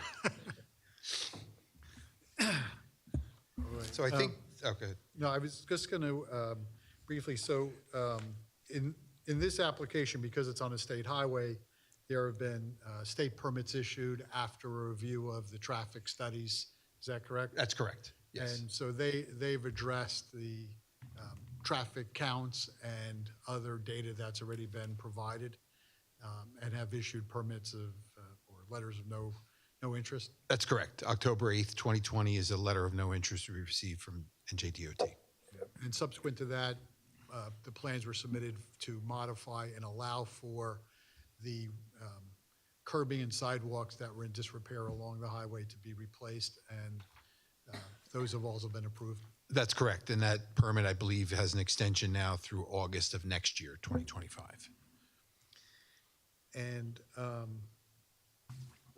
there were several comments related to traffic that were made by the professionals. Yes. And I just wanted to give you an opportunity to address those comments, and we can do that, point by point or however you prefer. Yeah, I'll go point by point. So in the April 24th, 2024 DNR comment letter, comment 2.1A talks about the number of trips that are permitted under the DOT letter of no interest. The comment is, this appears to be slim margins.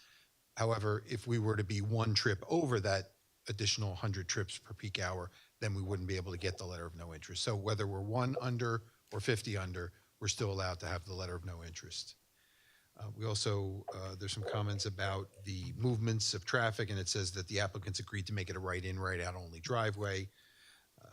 And then adequate sight distance should be shown on the plans, and I was out there this afternoon looking from the current driveway, looking west toward Langstaff. You're able to see at least 500 feet to the west. The stopping sight distance is 360 feet required, and the intersection sight distance is 430 feet required, and we're able to see over 500 feet to the west.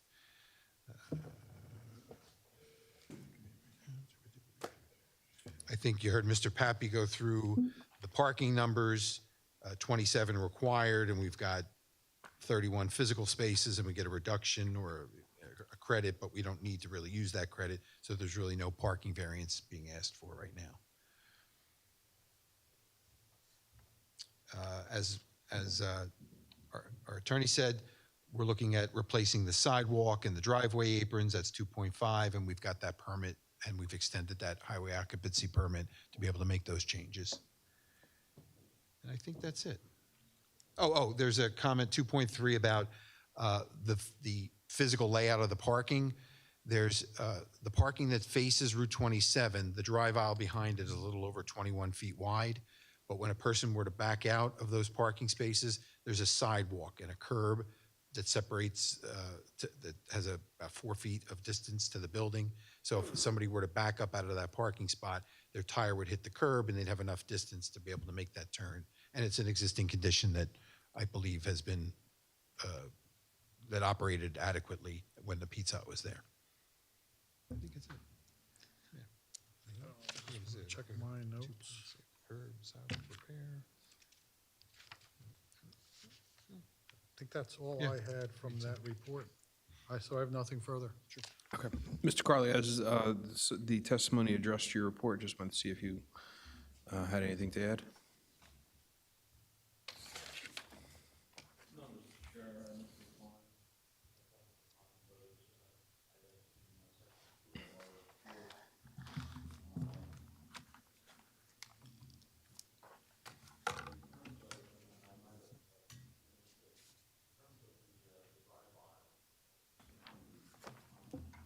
Yes, the 21-foot wide drive out's a few inches over 21 feet. When a car would back out or pull into that spot, they'd be able to make that turn. When they back out, they'd just possibly have to bump into the curb that's on the north side of the building to finish their turn. But it's an existing condition that must have operated when the Pizza Hut was there.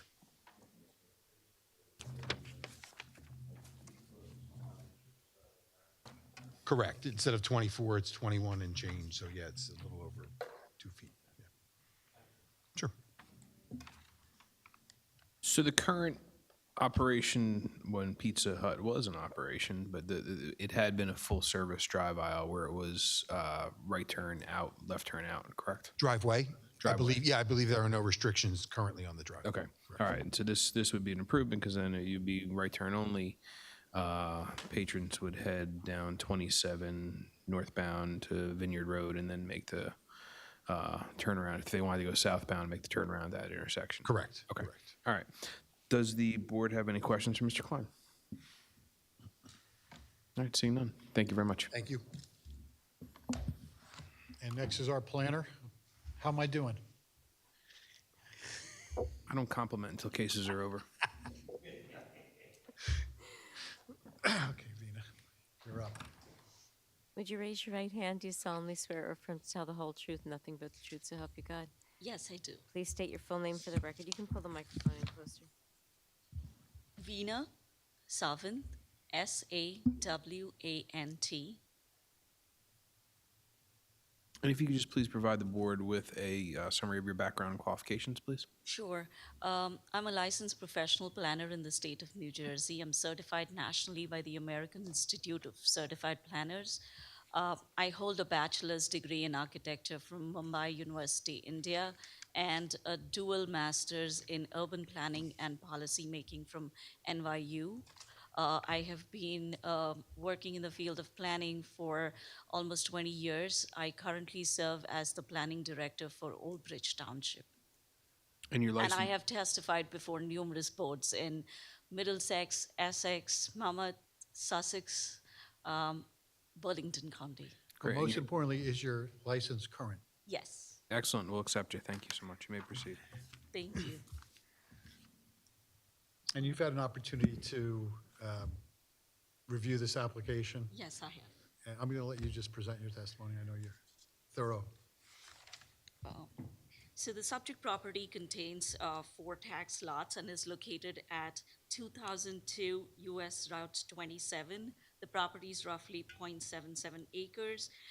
The property is fully located in the GB General Business Zone. The subject property is developed with a single-story non-residential building that previously housed a Pizza Hut and a paved parking lot that contained 49 parking spaces.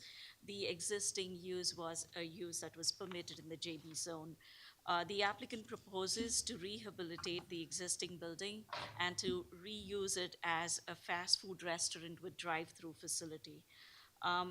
The project requires a use variance as drive-throughs are not permitted in the JB zone, and so a use variance is required. The GB zone allows restaurants and other eating and drinking establishments wherein food and drinks are consumed within the principal building, and drive-in restaurants. However, a drive-through restaurant is not permitted, so D1 use variance is required. There are a couple of bulk variances which are existing. The first one being maximum impervious coverage. The zone requires 75%. The existing is 89.35%, whereas the proposed is 80.79%. So we are reducing the variance that is sought. Parking setback, a 5 feet setback is required from the front property line. A 5 feet setback is proposed, it is an existing condition and will be unaltered. The freestanding sign setback, a 15-foot setback is required. We are approximately at 10 feet. It is an existing condition. We are not changing that condition. These are the existing bulk variances. The new ones proposed are actually all affiliated with the drive-through facility. The size of the sign, 60, it allows 47.28 square feet based on the frontage, whereas 69.34 square feet is proposed. So a sign area variance is required.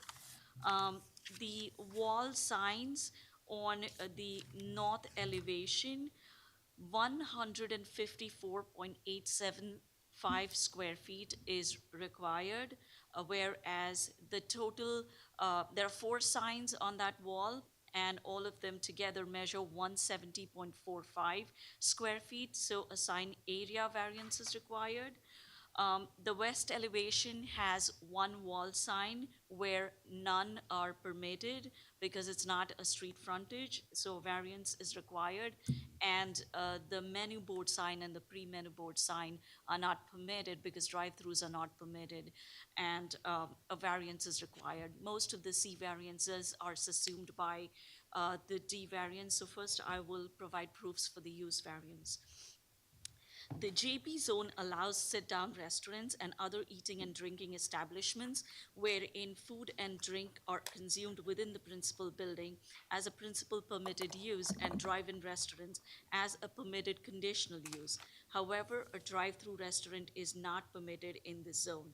The applicant proposes to rehabilitate the existing vacant building to contain a fast food restaurant with drive-through facility, hence a use variance is required. A study of existing land use patterns shows that there is an existing drive-through facility right next door for the PNC Bank, which abuts this property to the easterly side. Additionally, within 800 feet of the subject property on the westerly side, there is a McDonald's, a fast food restaurant with drive-through facility. Both of these properties are fully located within the GB General Business Zone. The entire corridor along NJ Route 27 mostly contain retail and commercial stores, offices, and food establishments. This corridor is traversed by both commuters traveling between counties as well as municipalities. As is in the case with all commercial highways, this corridor generates a lot of passing by traffic where quick bite fast food restaurants are quintessential and often flourish. This corridor serves as an employment base too, with Amazon and the municipal complex and many other office commercial uses. So such eating places that do not need dine-in or sit-down places flourish well. Drive-through ordering has surged post-pandemic, which shuttered indoor dining and has made consumers wary of entering restaurants. People now prefer to eat outdoors or use drive-through facilities. Drive-throughs are not typically not allowed in the JB zone. This is a very common policy because often drive-through facilities tend to have traffic backing up on highly traversed roads, and you don't want traffic to slow down on these corridors. However, our site engineer has worked on the site design such that there is a queuing space for 11. Typically, like when I review drive-through applications in Old Bridge, like I would use a rule of thumb that 8 stacking spaces are adequate. However, we have provided 11 spaces for queuing, so it addresses that concern. Based on Edison Township's future land use plan contained within the master plan, the subject property is anticipated to be a commercial use. The proposal in front of you is for a rehabilitation of the existing building for a fast food restaurant. It furthers the goals and objectives, some of the goals and objectives of the master plan. To quote few, discourage deviation from established land use pattern that would permit incompatible and or conflicting land uses being developed adjacent to one another where appropriate, amend zoning to prohibit incongruous land uses, conduct a study of abandoned or underutilized properties along Route 1 and Route 27 corridors. Where appropriate, designate additional areas or parcels in need of redevelopment in accordance with the New Jersey Local Redevelopment and Housing Law, particularly along Route 1 and Route 27. The proposal therefore furthers many of the goals and objectives of the master plan. The site has been underutilized. The building has been vacant for quite some time. The applicant is proposing to repurpose this building and also enhance and improve a lot of things on the site, including landscaping, the building facade, adding and construction of new sidewalks. The proposal also advances following purposes of the municipal land use law. Purpose A, to encourage municipal action to guide the appropriate use or development of all lands in the state in a manner which will promote public health, safety, morals, and general welfare. Purpose N, to promote utilization of renewable energy resources. We are promoting the state's policy for electric vehicle. Purpose G, to provide sufficient space and appropriate location for a variety of agricultural, residential, recreational, commercial, and industrial uses and open space, both public and private, according to their respective environmental requirements in order to meet the needs of all New Jersey citizens. In summary, the requested use variance can be granted without causing substantial detriment to the public good and won't substantially impair the intent and the purpose of the municipal zoning ordinance and municipal master plan. The proposed use is ideal for the location and is particularly well suited. The proposed application advances numerous purposes of municipal land use law. Edison Township's future land use element of the master plan recommends commercial use for this property, which is consistent with what is being proposed on the subject property. The proposal also advances the goals and objectives of the master plan. The existing building is vacant and is being rehabilitated. This itself advances one of the main goals of the state's redevelopment plan. The applicant has agreed to install an electric vehicle charging station to advance the state's policy to encourage EV charging. The proposed drive-through facility allows for 11 vehicle parking spaces. The site was specifically designed to add as many vehicles or stacking space as possible to provide adequate amount of space for on-site maneuvering and circulation of vehicles in the queue for service that do not impede traffic on Route 27. Based on the discussions with the township professionals, the site plan was amended to add a 15-foot landscape buffer to provide additional screening from the drive-through facility. Additionally, the applicant proposes to paint the existing retaining wall and maintain the fence that is located to the rear property line. The applicant also proposes to replace the dead shrubbery along the front of the building with a new plantation to improve the visual appearance of the site. The screening and the protection from the noise, or this will also protect noise from infiltrating into the residential neighborhoods. The applicant also proposes to install a new freestanding sign along the front property line, which will be more attractive than the existing sign. The proposal does not cause any detriment to the public good, and in fact, it only furthers the intent of the zone plan and the master plan. The right turn only on Route 27 makes it a safer egress from the site. Since it's a use variance and the C variances are assumed by the D, if you would like, I will go into details with the C, but if you want me to skip it, it's up to the board. I think you covered. Does the board agree? You don't have to cover the C, you're fine. Thank you. Does the board have any questions for Ms. Sawant? Seeing none. Thank you very much. Thank you. That's our case. Okay, all right, so we'll now go out to the public. Anyone within 200 feet of the subject property wanting to be heard? If you're within 200 feet, you received a notice via certified mail. Anyone outside 200 feet want to be heard? Seeing none. Can I get a motion to close the public portion? Motion to close public. Second. Motion made by Vice Chairman O'Gorman, seconded by Mr. Sadata. All in favor signify by saying aye. Aye. Opposed, nay. The ayes have it. Public portion is now closed. Mr. Lunsky, any summation? Just very briefly, I'm not going to review any of the testimony, but I just want to thank the board, the Technical Advisory Committee, because we did work on a lot of improvements to our plan to accommodate some of the concerns, all which improved, I think, our application. So I just want to thank them for their time and commitment to our application. Okay, all right, so we'll go to the board for a motion.